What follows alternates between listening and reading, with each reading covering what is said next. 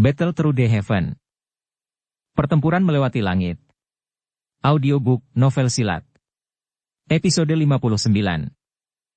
Bab 301 kemunculan tiba-tiba dari kehadiran Dou Huang. Apakah kamu sengaja bertindak begitu intim denganku untuk mengubahku menjadi perisai untuk memblokir orang itu? Xiao Yan tiba-tiba berkata dengan senyum tipis saat dia dan Yafei berhenti di dekat pintu masuk aula.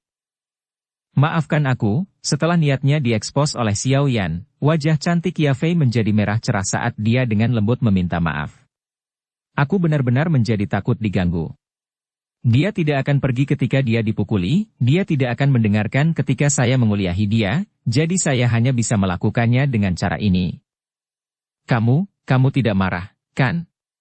Yafei memandang Xiao Yan dan bertanya dengan takut-takut. Meskipun bertingkah seperti ini bisa membantunya melepaskan diri, itu akhirnya mengakibatkan Xiao Yan yang tidak bersalah dibenci oleh Mu Zhen tanpa alasan. Bagaimanapun, ini bukan pertama kalinya aku mengalami ini, Xiao Yan tersenyum pahit dan menggelengkan kepalanya. Mendengar ini, Yan Fei mengerucutkan bibir merahnya dan tersenyum lembut. Namun, dia tidak berani berbicara, mengakibatkan suasana di antara mereka berdua menjadi sunyi yang menyenangkan. Uhuk, kenapa kamu tidak pergi dan berjalan-jalan saja? Saya harus pergi dan membantu kakek Nalan menyelesaikan sesi menghilangkan racun hari ini. Beberapa saat kemudian, Xiao Yan terbatuk-batuk dengan lembut dan sembarangan, mengangkat secangkir anggur merah dari piring perak yang dibawa oleh seorang pelayan wanita. Dia mencicipinya sedikit sebelum secara acak menekannya ke tangan Yafei. Sambil tersenyum, dia lalu berjalan menuju pintu samping aula. Berdiri di tempat semula, Yafei melihat Xiao Yan pergi dengan matanya.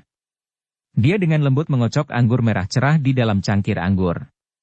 Di bawah pantulan anggur, wajah cantiknya menjadi lebih merah dan lebih mempesona. Yafei mengangkat cangkir anggur dan keluar dari aula. Dia berdiri di samping pilar dan mengguncang cangkir anggur. Saat dia mengingat sikap agresif dan mengesankan yang dimiliki Xiao Yan dalam pertarungan sebelumnya, dia menjadi sedikit bingung. Sudah lebih dari setahun sejak terakhir kali mereka bertemu.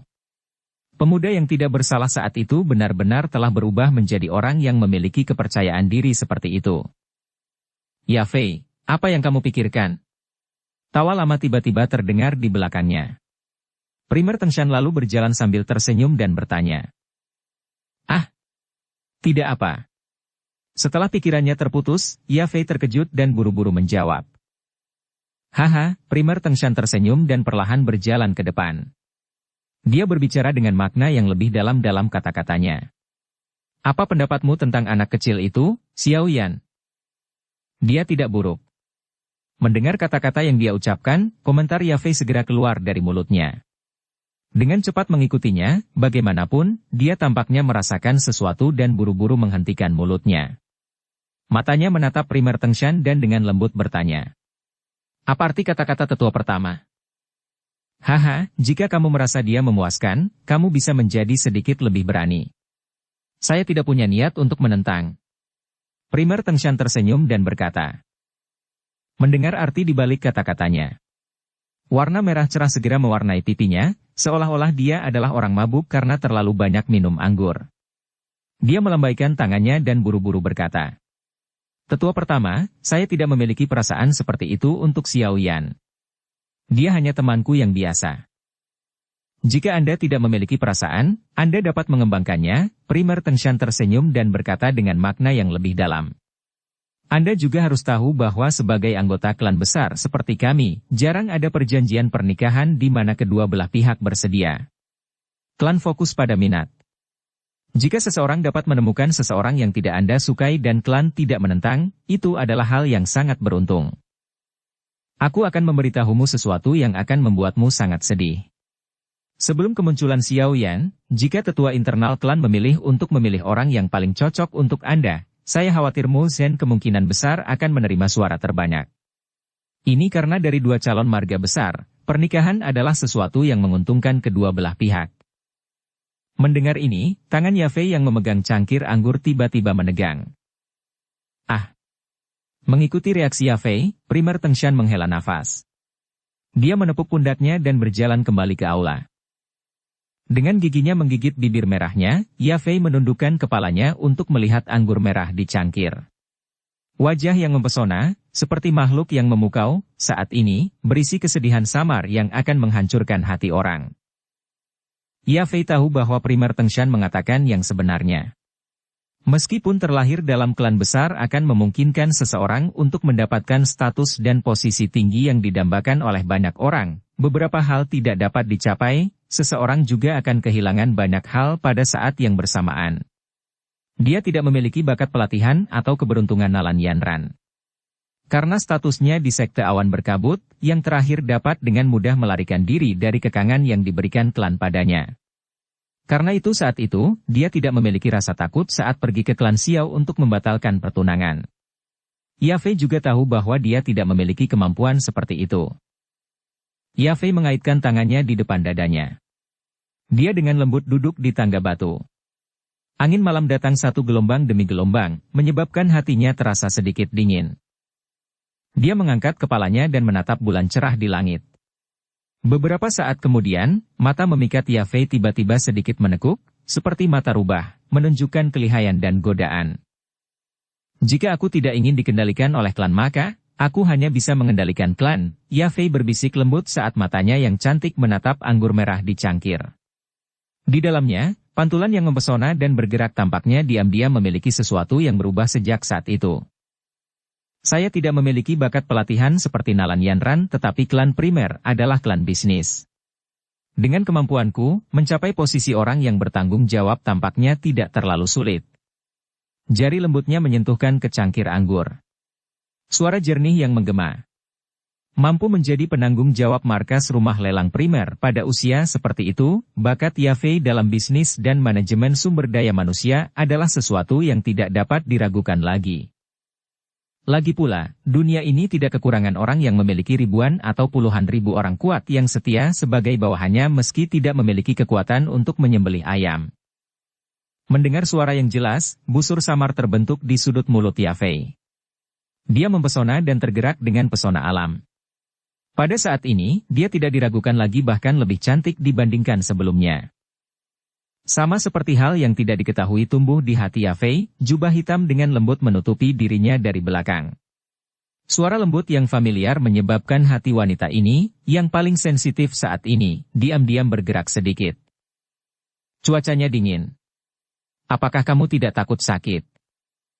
Yafei tiba-tiba menoleh. Dia menatap kosong ke wajah yang tampak sangat biasa setelah perubahan penampilan. Dalam keadaan seperti trans, ujung hidungnya terasa sedikit asam. Yafei dengan lembut mengendus. Tangannya menarik jubah hitam itu dan tubuhnya yang halus terjepit di dalamnya. Perasaan hangat yang samar menyelimuti jiwanya yang menjadi dingin dengan satu kalimat dari primer Tengshan. Bulu matanya yang panjang berkedip sedikit saat dia tersenyum dan bertanya. Sudah selesai. Xiao yang tersenyum dan mengangguk, tatapannya menyapu wajah cantik yang mempesona dan bergerak. Dia merasa agak aneh.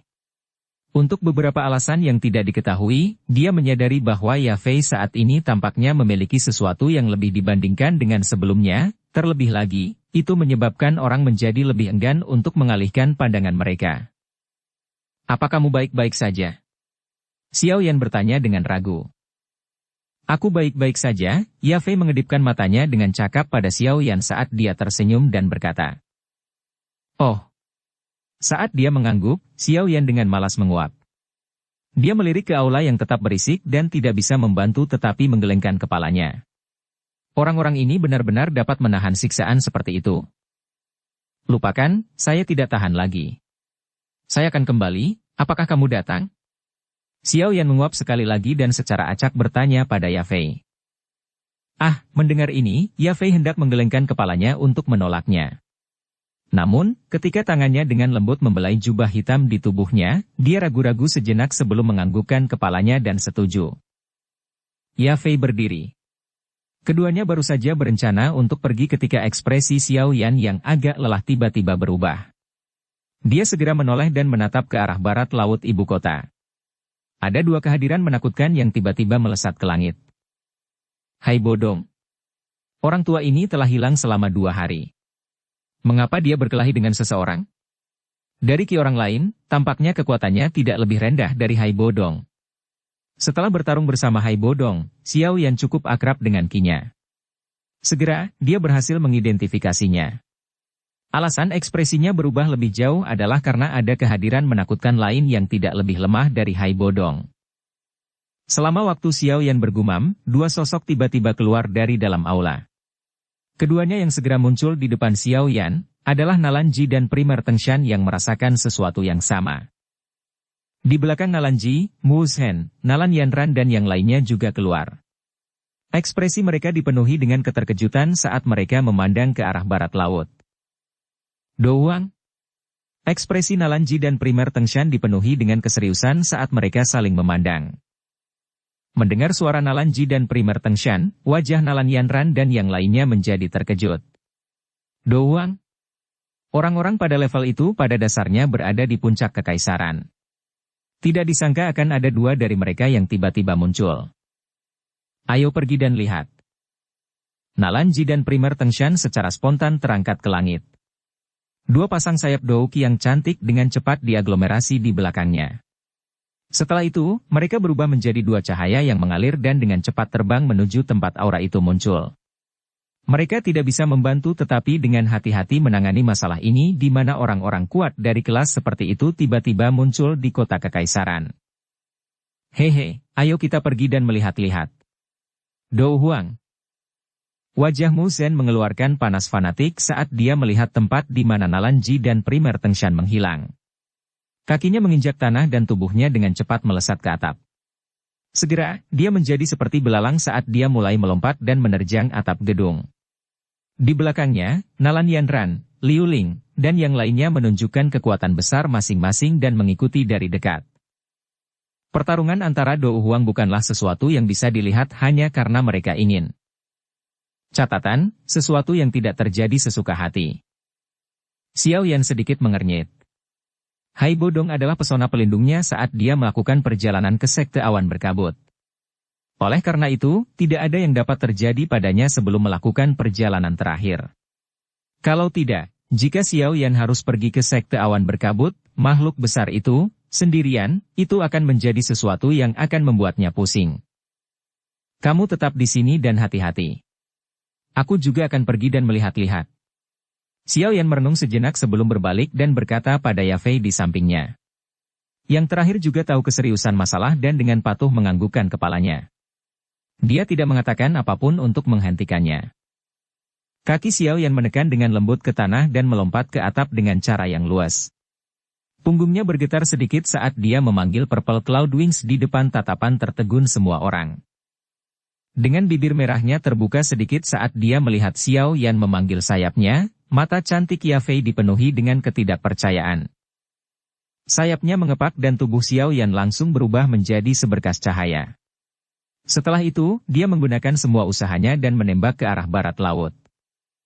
Sayap transformasi Douki? Ketika Mu Zhen, yang sedang melompat ke atap, mendengar suara angin pecah dari belakangnya, dia buru-buru menoleh untuk melihat. Segera, dia dengan bodohnya melihat Xiao Yan yang mengepakkan sayapnya, dengan cepat terbang lewat. Orang itu dari kelas Douang? Bagaimana bisa? Mu Zhen seperti orang idiot saat dia berdiri di atap, menatap Xiao Yan dengan kosong saat yang terakhir menghilang. Beberapa saat kemudian, dia menoleh, hanya untuk menyadari bahwa Nalan Yanran dan yang lainnya di belakangnya juga memiliki wajah tercengang. Kami telah melihat hantu, di langit malam yang gelap gulita, beberapa orang muda dengan tidak yakin dan marah memarahi diri mereka sendiri. Bab 302 Jubah Linen Jialau. Di langit malam yang gelap, dua kilatan terbang lewat, seperti bintang jatuh. Nalanji dan Primer Tengshan memiliki wajah sedalam air. Tatapan mereka menatap langsung ke arah barat laut yang jauh. Tempat itu tampaknya milik makam keluarga kekaisaran di ibu kota. Biasanya, itu sangat jauh. Sama sekali tidak terduga bahwa dua Dou Huang tiba-tiba muncul malam ini. Hah! Selama penerbangan, ekspresi Primer Tengshan tiba-tiba berubah. Kecepatan terbangnya secara bertahap melambat. Dia menatap sosok manusia terbang dari jarak dekat yang mengikuti dari belakang. Dengan suara tertegun, dia berkata, "Ini adalah Xiao Yan." Bagaimana dia bisa mengubah Douki menjadi sayap? Pada saat Primer Tengshan memutar kepalanya, Nalanji di samping juga merasakan gerakan di udara. Ketika dia menoleh untuk melihat, keterkejutan juga muncul di wajah lamanya. Tentu saja, hati mereka mungkin terkejut, tetapi mereka berdua bukan dari generasi muda seperti Mu Shen dan yang lainnya. Karena mendapat informasi yang baik, mereka tidak melupakan diri mereka sendiri. Meskipun ada sepasang sayap di belakang Xiao Yan saat ini, mereka melihat bahwa Qi-nya masih berada di kelas Douxi. Orang tua, apakah kamu masih ingat bahwa ada jenis teknik Dou khusus yang telah hilang selama berabad-abad? Tengshan memperlambat kecepatannya dan menatap Xiao Yan yang dengan cepat terbang. Dia kemudian tiba-tiba berbicara dengan Nalanji. Maksudmu? Teknik Dou tipe terbang kan? Nalanji sejenak bingung sebelum dia menjawab dengan pemahaman yang tiba-tiba.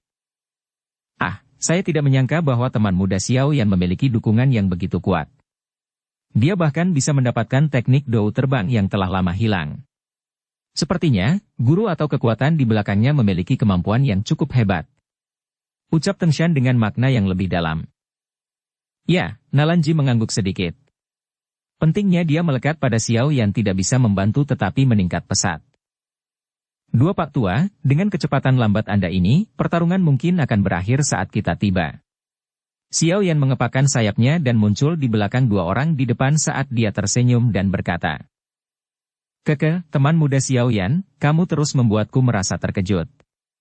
Teknik Dou terbang ini sangat langka, namun Anda bisa mendapatkannya. Cek, kamu benar-benar mengejutkan orang. Tengshan tertawa. Mendengar bahwa Tengshan telah mengungkapkan asal-usul sayap di punggungnya ketika dia berbicara, Xiao Yan tertegun sejenak. Dia kemudian merasa nyaman. Orang tua ini telah hidup sangat lama. Apa yang mereka lihat dan dengar secara alami bukanlah sesuatu yang dia, sebagai seseorang dari generasi muda, dapat membandingkannya. Itu wajar jika mereka bisa mengenali teknik Dou terbang secara sekilas. Saya hanya mendapatkannya secara kebetulan. Itu murni keberuntungan. Xiao Yan tersenyum. Dia segera membelai dagunya sambil menghadap ke arah barat laut dan berkata sambil tersenyum. Dua tuan, ayo pergi. Begitu dia mengucapkan kata-kata itu, dia mengepakkan sayapnya sedikit, memimpin dan menyerbu. Keke, baiklah. Nalanji dan Primer Tengshan tersenyum dan mengangguk. Sayap di punggung mereka mengepak saat mereka mengikuti di belakang Xiao Yan. Tidak lama setelah mereka bertiga menghilang ke langit malam, Mu Shen dan yang lainnya jauh di belakang akhirnya muncul dengan sesak nafas. Mereka menyaksikan tiga cahaya buram di cakrawala dan mau tidak mau menggelengkan kepala. Kecepatan mereka yang memiliki sepasang sayap benar-benar tak tertandingi. Saat mereka semakin dekat dengan tempat di mana nafas meletus, Primer Tengshan sedikit mengernyit. Beberapa saat kemudian, dia tiba-tiba bertanya dengan ragu-ragu kepada Xiao Yan. Ki ini, mengapa itu tampak sedikit seperti Old Hai? Hai Bodong telah hidup dalam isolasi selama beberapa dekade dan baru saja kembali ke ibu kota. Karena berada jauh sebelumnya, Primer Tengshan belum bisa segera mengidentifikasinya. Sekarang mereka lebih dekat, dia akhirnya menyadari bahwa Ki ini sedikit akrab. Haha, ya, ini memang Hai Tua. Xiao Yan tersenyum dan mengangguk. Hai Tua? Mendengar percakapan mereka berdua, wajah keriput Nalanji mau tidak mau bergerak sedikit. Sesaat kemudian, dia akhirnya tidak bisa menahan diri dan dia bertanya pada Primer Tengshan. Orang tua, kamu mengenali salah satu dari dua kehadiran Dou Huang ini? Mendengar ini, ekspresi senang muncul di wajah Primer Tengshan. Dia secara misterius berkata, Hehe, kamu akan tahu tentang itu sebentar lagi. Begitu dia mengatakannya, dia tersenyum pada Xiao Yan. Kecepatan keduanya meningkat sekali lagi. Setelah itu, mereka bergerak menuju tempat letusan Qi. Nalanji dengan cemas memperhatikan dua orang di depannya. Alisnya terkatup rapat saat dia bergumam. Apa yang dilakukan orang itu? Apa dia benar-benar kenal dengan pemilik Qi itu? Setelah bergumam sejenak dengan ragu, Nalanji, yang tidak belajar apa-apa, hanya bisa menggelengkan kepalanya tanpa daya. Dia mengepakkan sayapnya dan buru-buru mengikuti. Saat mereka secara bertahap semakin dekat ke tempat nafas meletus, tiga kelompok orang Xiao Yan juga mengurangi kecepatan mereka. Mereka saling memandang sebelum berhenti di langit di luar makam besar. Ekspresi mereka menjadi serius saat mereka memandangi dua kelompok besar cahaya di tengah makam. Kedua kelompok cahaya itu masing-masing berwarna putih dan kuning. Kedua ki yang menakutkan itu juga dipancarkan dari dua kelompok cahaya ini. Kedua kelompok cahaya itu bersinar dan melonjak dengan gesit. Di tengah gugusan cahaya, dua sosok manusia muncul dan menghilang. Setiap kali dua gugus cahaya melakukan kontak, mereka akan memancarkan riak energi yang sangat ganas. Di bawah riak energi ini, bahkan tiga orang kelompok Xiao Yan yang agak jauh tidak bisa menahan perasaan sesak di hati mereka. Malam hitam pekat tampaknya telah diusir dari wilayah ini di udara di atas kuburan. Cara ceria itu seperti siang hari. Gugus cahaya berwarna putih membawa kekuatan sedingin es yang tak tertandingi. Setiap kali energi berfluktuasi, uap air di udara di sekitar gugusan cahaya berwarna putih akan langsung menggumpal menjadi es dingin. Kelompok cahaya berwarna kuning berbeda dari kelompok cahaya berwarna putih. Itu samar-samar memiliki perasaan kokoh yang tebal seperti di tanah. Meskipun serangan dari klaster cahaya berwarna putih sangat tajam, mereka sepenuhnya dan dengan mudah dihindari olehnya. Melihat pergerakan yang tidak menunjukkan keraguan, jelas bahwa serangan dari pihak lain tidak terlalu mengancamnya. Haha, Pak Tua Es. Saya tidak menyangka bahwa setelah tidak melihat Anda selama beberapa dekade, kekuatan Anda menurun alih-alih meningkat.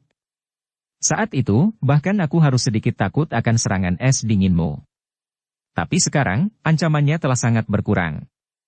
Ada tabrakan hebat sekali lagi dan tawa keras lama dipancarkan dari dalam gugusan cahaya berwarna kuning. Setan tua. Anda juga tidak membuat banyak kemajuan selama tahun-tahun ini.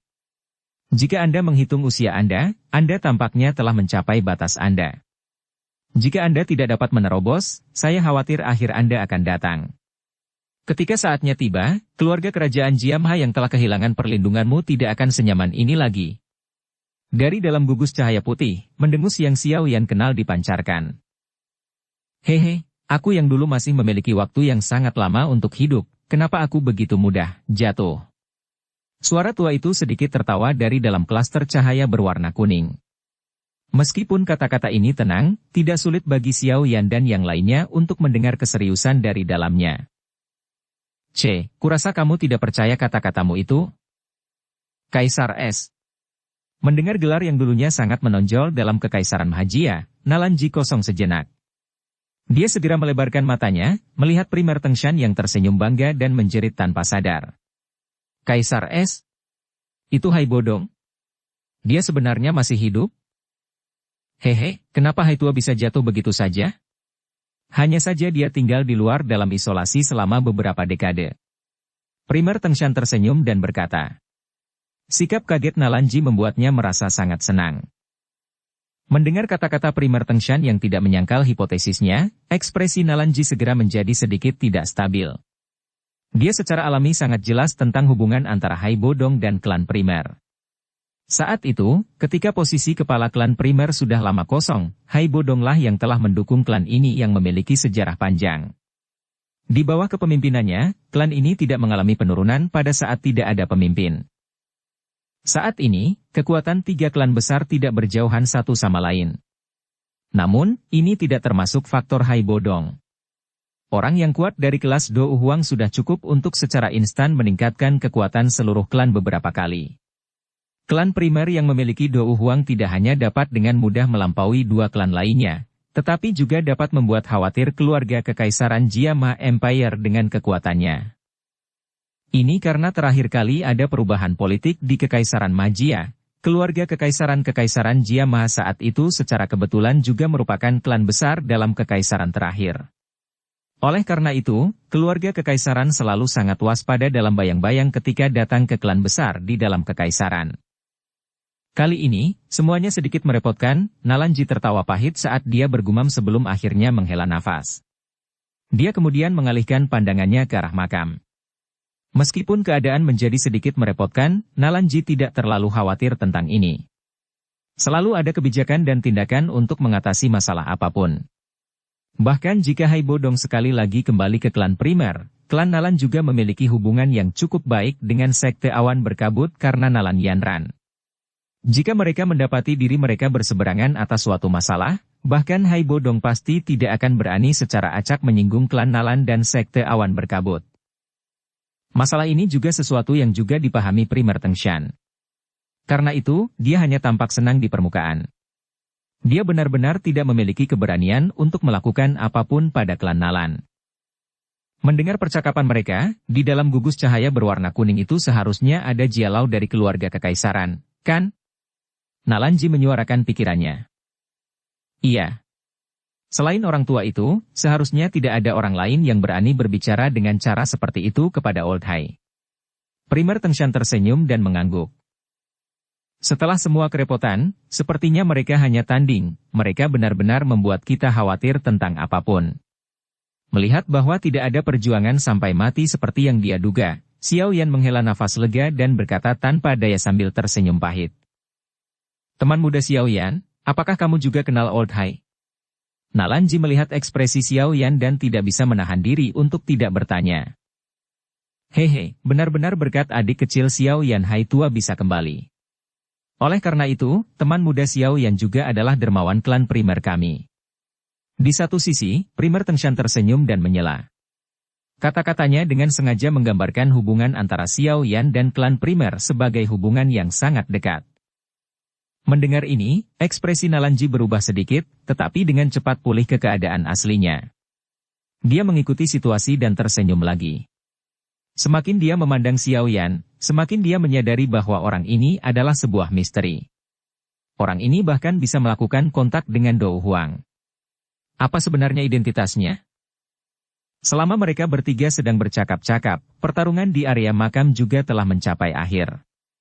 Mu Zhen dan yang lainnya juga terengah-engah saat mereka muncul di luar area makam. Semuanya seperti monyet saat mereka melompat ke puncak pohon.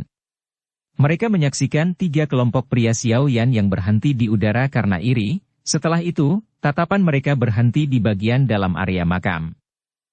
Ki ini, sepertinya adalah milik kakek buyut, putri kecil berkata dengan suara tertegun saat dia sedikit mengernyit dan menatap sekelompok cahaya berwarna kuning itu. Siapa orang lain itu? Di dalam kekaisaran Mamaha, Dou Huang dapat dihitung dengan satu tangan. Satu-satunya Dou Huang di sekitar ibu kota adalah pemimpin sekte Yun Yun. Mu Zhen berkata dengan cemberut. Orang itu bukan guru. Nalan Yanran mengambil beberapa napas untuk menenangkan diri, menggelengkan kepalanya dan berkata. Lalu siapa itu? Semua orang saling memandang, merasa sangat bingung. Orang yang kuat dari kelas seperti itu seharusnya tidak muncul entah dari mana. Bang! Di dalam area makam, 2 kelompok cahaya itu bentrok dengan keras. Selama bentrokan ini, gugus cahaya berwarna putih jelas berada dalam posisi yang kurang menguntungkan dan dipaksa mundur untuk jarak jauh sebelum berhenti. Ah, lupakan saja. Mari berhenti. Saat ini, aku memang bukan tandinganmu. Hai Bodong mengaku kalah tak berdaya di dalam gugusan cahaya putih. Keke, orang tua es, kekuatanmu benar-benar menurun. Kelompok cahaya berwarna kuning itu bergetar sedikit dan cahaya itu perlahan-lahan ditarik. Akhirnya, terungkap seorang lelaki tua berambut putih mengenakan jubah linen polos. Dia menatap Hai Bodong sambil tersenyum, yang juga menarik auranya, dan berkata. Hai Bodong memutar matanya. Dia menelusuri bibirnya dan berkata. Tunggu beberapa saat. Kekuatan saya secara alami akan pulih, Anda tidak perlu terlalu khawatir. Selain itu, Anda dapat mengesampingkan hal yang Anda khawatirkan. Saya tidak punya niat untuk terus mengelola klan primer setelah saya kembali kali ini. Orang-orang di generasi yang lebih muda akan menyelesaikan semuanya dengan baik. Hehe, kita semua sudah tua. Mengapa kita ingin terlibat dengan hal-hal yang membuat orang pusing? Jika kita punya waktu, kita bisa menyesap teh dan berkeliling. Sungguh nyaman. Mendengar kata-kata Hai Bodong, wajah lelaki tua berjubah linen itu menjadi lebih lembut saat dia tersenyum dan berkata. Jangan berpikir bahwa aku tidak tahu apa yang kamu khawatirkan. Hai Bodong dengan dingin tersenyum dan berkata. Orang tua berjubah linen itu tersenyum dan tampak tidak peduli. Dia menoleh dan mengarahkan pandangannya ke kelompok Xiao Yan di luar area makam. Sambil tersenyum, dia berkata. Sepertinya kita telah mengganggu cukup banyak penonton malam ini. Tatapan lelaki tua berjubah linen itu menyapu kerumunan dan akhirnya berhenti pada putri kecil yang berusaha menyembunyikan dirinya. Dia tidak bisa membantu tetapi tertegun. Segera, dia menggelengkan kepalanya tanpa daya. Hehe, Jia Lao, setelah tidak melihatmu selama beberapa tahun, kamu tampak semakin kuat di masa tuamu. Melihat lelaki tua jubah linen itu melihat ke atas, Primer Tengshan dan Nalanji buru-buru menyapa. Saya tidak menyangka akan membuat Anda berdua khawatir dan membuat Anda terburu-buru. Aku sangat menyesal. Menjadi lebih tua, tampaknya saya menjadi semakin disengaja. Orang tua jubah linen tersenyum dan mengangguk. Jia Lao benar-benar tahu bagaimana bercanda. Mendengar ini, Nalanji dan Primer Tengshan buru-buru menemaninya tertawa. Orang tua yang dipanggil sebagai Jia Lao, menyapu pandangannya ke arah mereka dan akhirnya berhenti di Xiaoyan. Ketika tatapannya yang kacau menyapu sepasang sayap di punggungnya, untuk sesaat dia kosong. Dia kemudian berkata dengan terkejut. Ini? Teknik Flying Dou? Siapa anak muda ini? Aku yang kecil adalah Xiaoyan. Suatu kehormatan bisa bertemu denganmu, Jia Lao. Xiaoyan sedikit membungkukkan badannya dan tersenyum lembut. Cek, kamu cukup bagus. Mampu memiliki teknik dou yang langka di usia yang begitu muda. Anak kecil, kamu tidak tampak seperti seseorang yang sederhana. Jia Lao dengan hangat berkata sambil tersenyum. Hah, kamu juga pernah lari ke sini? Dengan kilatan cahaya putih, Hai Bodong muncul di depan Xiaoyan dan berkata sambil tersenyum. Anda telah hilang selama 2 hari. Saya pikir Anda telah melarikan diri. Xiaoyan memutar matanya dan berkata. Hehe, bagaimana mungkin, hanya saja iblis tua ini melihatku. Dia takut saya akan melakukan sesuatu yang akan merusak stabilitas kekaisaran. Setelah itu, dia menarik saya ke samping dan memberi saya pelajaran. Hai Bodong diejek. Kamu, orang ini, mendengar kata-kata ini, Jia Lao hanya bisa menggelengkan kepalanya tanpa daya. Orang tua teman kecil ini, apakah dia muridmu? Sepertinya bakatnya cukup bagus. Tatapan berpengalaman lama Jia Lao memperhatikan Xiaoyan. Ketika dia melihat nada yang digunakan keduanya untuk berbicara satu sama lain, Jia Lao tersenyum dan bertanya. Mendengar ini, tidak hanya Mu Zhen dan yang lainnya langsung meluruskan telinga mereka, bahkan Nalanji juga diam-diam mengalihkan pandangannya. Dia juga sangat ingin tahu apa sebenarnya hubungan antara Xiaoyan dan orang yang dulunya adalah Kaisar Es ini. Mendengar kata-kata Jia Lao, Hai Bodong bingung. Segera, dia tertawa terbahak-bahak dan menepuk bahu Xiaoyan. Namun, kata-kata yang dia ucapkan menyebabkan wajah semua orang, termasuk Jia Lao, menjadi benar-benar tercengang. Murid saya? Haha, aku juga ingin seperti itu. Sayangnya, saya tidak memiliki kualifikasi itu. Bab 303 Kekuatan Jia Lao. Tidak memenuhi syarat? Beberapa kejutan muncul di wajah tua lembut Jia Lao. Dia segera mengalihkan pandangan aneh ke arah Xiaoyan. Dengan kekuatan kelas Dou Huang dari Hai Bodong, dia benar-benar mengatakan bahwa dia tidak memenuhi syarat untuk menjadi guru anak kecil ini? Apakah dia benar-benar memiliki potensi yang begitu besar? Di bawah langit malam, Nalan Yanran dan yang lainnya hanya bisa terdiam melihat tawa Hai Bodong. Setelah mereka tercengang beberapa saat, mereka menganggap kata-kata Hai Bodong ini sebagai lelucon. Di Kekaisaran Mama, jika seorang Dou Huang merilis berita bahwa dia ingin menerima murid, akan ada sejumlah orang yang tidak diketahui dengan bakat luar biasa yang berkerumun dengan cepat untuk memperebutkan tempat itu. Mampu menjadi murid Dou Huang pada dasarnya mewakili bahwa seseorang memiliki kemampuan untuk menjadi orang yang kuat. Haha, Hai tua hanya bercanda. Jia Lao, tolong jangan pedulikan dia. Hanya saja aku yang kecil sudah memiliki seorang guru dan secara alami tidak dapat beralih ke orang lain dengan sembarangan. Xiaoyan menggelengkan kepalanya saat dia berkata sambil tersenyum. Di sisinya, Hai Bodong diam. Saat itu, meski telah memulihkan kekuatan Dou Huangnya, Xiaoyan masih memberinya perasaan yang sangat berbahaya. Kemudian, tingkat menakutkan dari api teratai Buddha yang marah, yang diperlihatkan Xiaoyan saat bertarung dengan dua Dou Huang yang misterius menyebabkan ketakutan Hai Bodong terhadapnya semakin meningkat. Meskipun kekuatan Xiao Yan saat ini tampaknya telah sangat menurun sejak dia menunjukkan kekuatan api teratai Buddha yang marah, dalam hati Hai Bodong, Xiao Yan hampir menjadi orang yang kuat yang setara dengannya atau bahkan yang melampaui dia.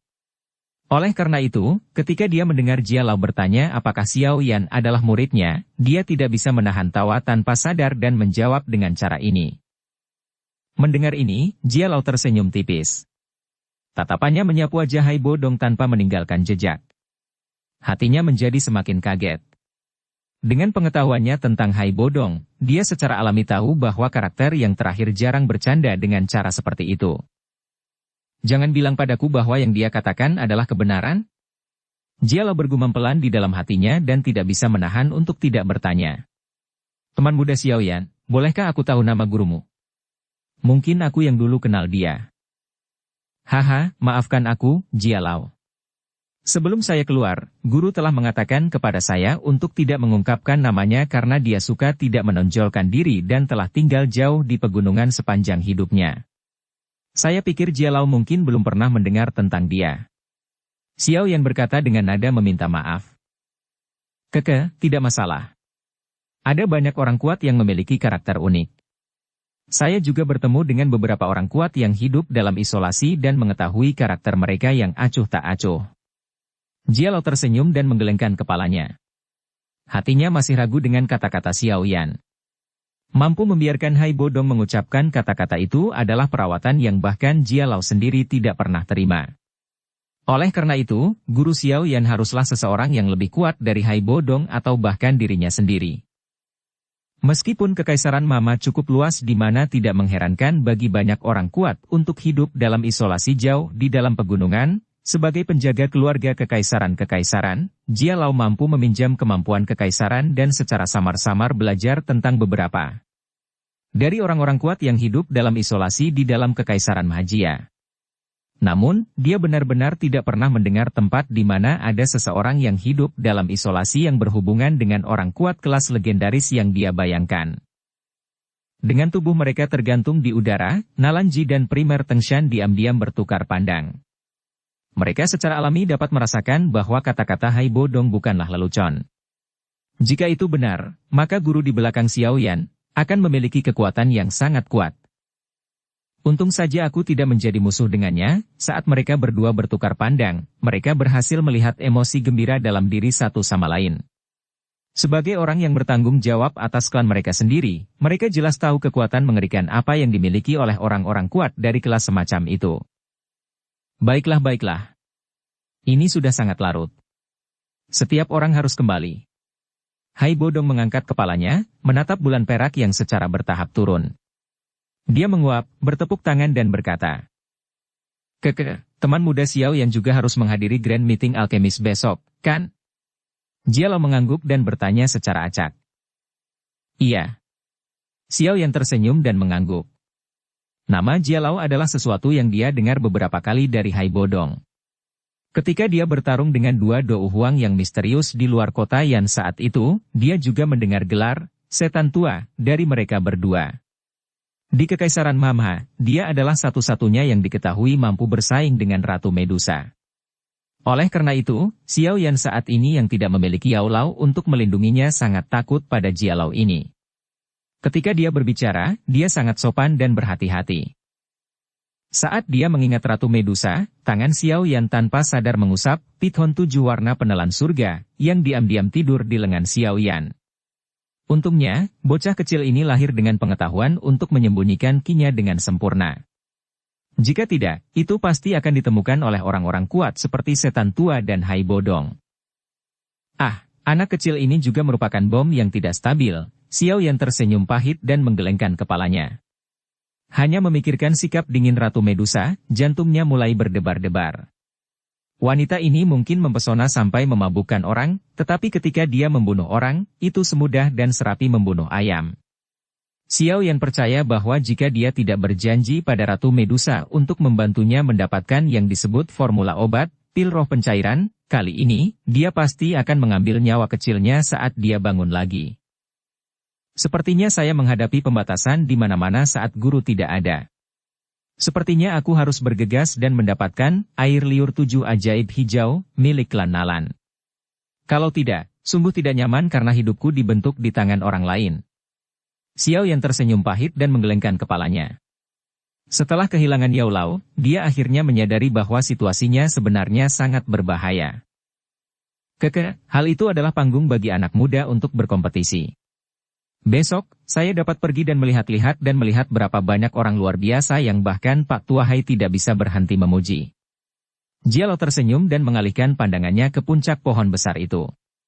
Dia berkata dengan lemah. UR kecil, ini sudah sangat larut, namun kamu masih membabi buta di luar. Anda lebih baik mengikuti saya kembali. Ya, mendengar kata-kata Jia Lao, putri kecil yang biasanya tampil nyentrik hanya bisa tanpa daya memberikan jawaban. Dia kemudian dengan patuh maju. Jia Lao memberi isyarat dengan tangannya dan kekuatan hisap menariknya ke sisinya di mana dia digantung tanpa bergerak. Keponakan Yan Ran, anak laki-laki Liu Ling, bantu saya mengirimkan salam ketika Anda melihat guru Anda. Menggendong putri kecil dengan satu tangan, Jia Lao tersenyum ke arah Nalan Yan Ran dan Liu Ling. Segera, tatapannya tertuju pada Mu Shen, yang wajahnya dipenuhi dengan rasa hormat. Dia berkata sambil tersenyum lagi. Anak kecil dari klanmu. Apakah kamu sudah kembali kali ini? Sebaiknya kamu diam dan diam. Jika tidak, Anda harus dikeluarkan lagi. Pastinya. Mendengar ini, kepala Mu Shen mengangguk seperti ayam kecil yang memakan biji-bijian. Di depan iblis tua yang harus disambut oleh Mu Shen saat melihatnya, sikapnya yang arogan dan mengesankan tidak lagi tersisa. Melihat mereka akan bubar, Xiao Yan mengangkat kepalanya. Dia menangkupkan tinjunya pada Nalanji dan primer Tengshan sebelum menghadapi Hai Bodong dan bertanya. Haruskah kita pergi? Ah, ayo pergi. Hai Bodong dengan malas menganggukkan kepalanya.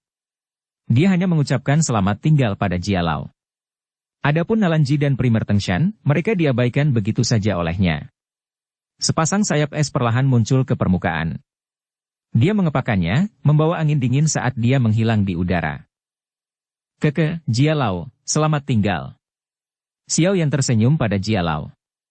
Sepasang sayap di punggungnya mengepak dan dia berubah menjadi seberkas cahaya yang mengikuti Hai Bodong di depannya. Melihat Xiao Yan dan Hai Bodong pergi, Jia Lao juga tidak tinggal lebih lama lagi. Membawa putri kecil dengan satu tangan, sayap Douki berwarna kuning pucat mengepak. Dengan suara, siu, dia menghilang dari pandangan, hanya menyisakan tawa samar yang tersisa di udara. Semuanya, tolong bubar. Di langit malam, dua sinar cahaya dengan cepat melintas dan menghilang. Hei, kamu tidak membocorkan informasi apapun tentang aku, kan? Xiao Yan, yang mengikuti dari belakang Hai Bodong, tiba-tiba berkata. Tidak, aku tahu kamu ingin menyembunyikan identitasmu. Saya tidak menyebutkan sedikit pun tentang Anda kepada setan tua itu. Anda tidak perlu khawatir. Hai Bodong menggelengkan kepalanya dan berkata. Berusahalah sebaik mungkin untuk merahasiakannya. Untuk sekte awan berkabut untuk bertahan hidup di Kekaisaran Magia selama bertahun-tahun, kemungkinan mereka memiliki hubungan yang cukup baik dengan keluarga Kekaisaran. Kita harus berhati-hati. Xiao Yan menghela nafas. Apakah lukamu belum pulih? Hai Bodong mengangguk sebelum tiba-tiba bertanya. Ujung hati Xiao Yan melonjak. Wajahnya tetap tidak berubah saat dia mengangguk sedikit dan berkata. Benda itu terlalu menakutkan. Buntutnya benar-benar terlalu serius, tapi saya pikir itu akan segera terjadi.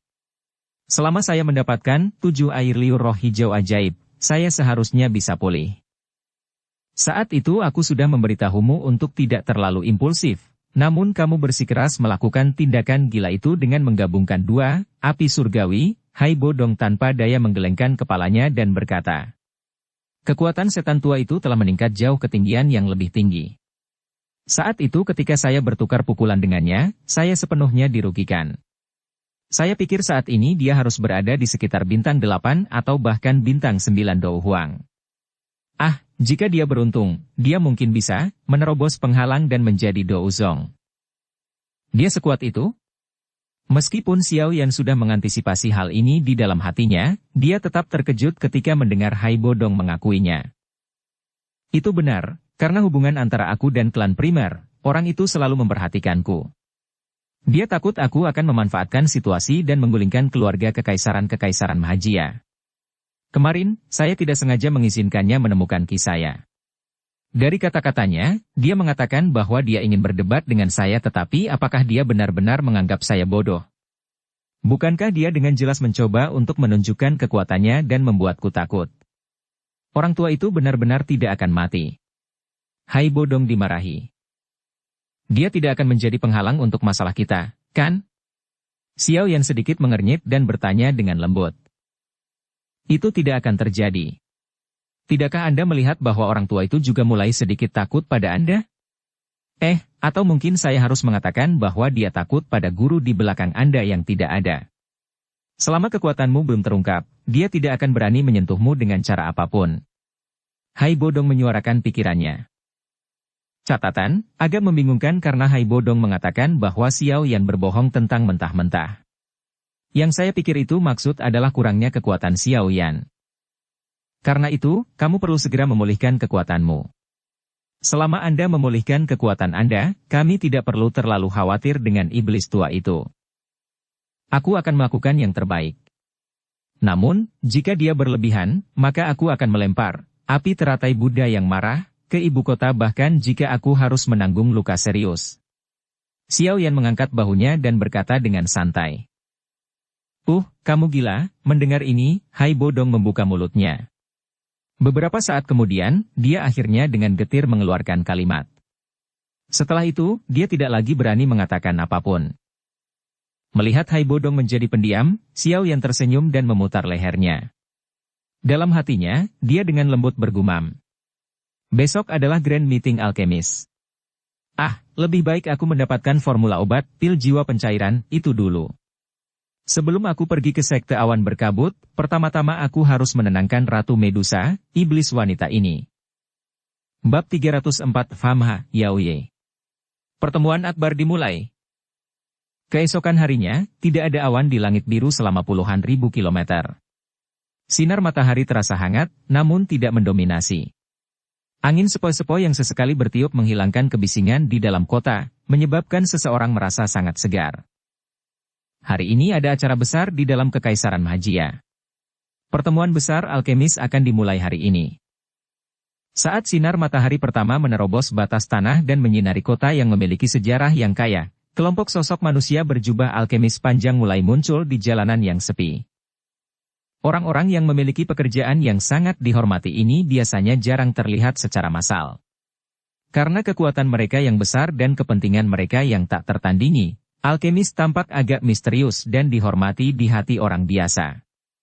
Hari ini, alkemis berstatus tinggi ini seperti semut yang meninggalkan sarang mereka, berulang kali keluar dari berbagai tempat peristirahatan di ibu kota. Meskipun jalan yang mereka ambil berbeda, tujuan akhir mereka adalah asosiasi alkemis kuno yang berdiri di tengah kota. Hari ini, semua toko di kota suci Jiamha dibuka lebih awal dari biasanya. Banyak orang yang turun dari tempat tidur mereka yang hangat, berdiri di depan pintu dan memandangi sekelompok besar alkemis yang sibuk di jalanan. Tatapan mereka dipenuhi dengan panas dan rasa hormat.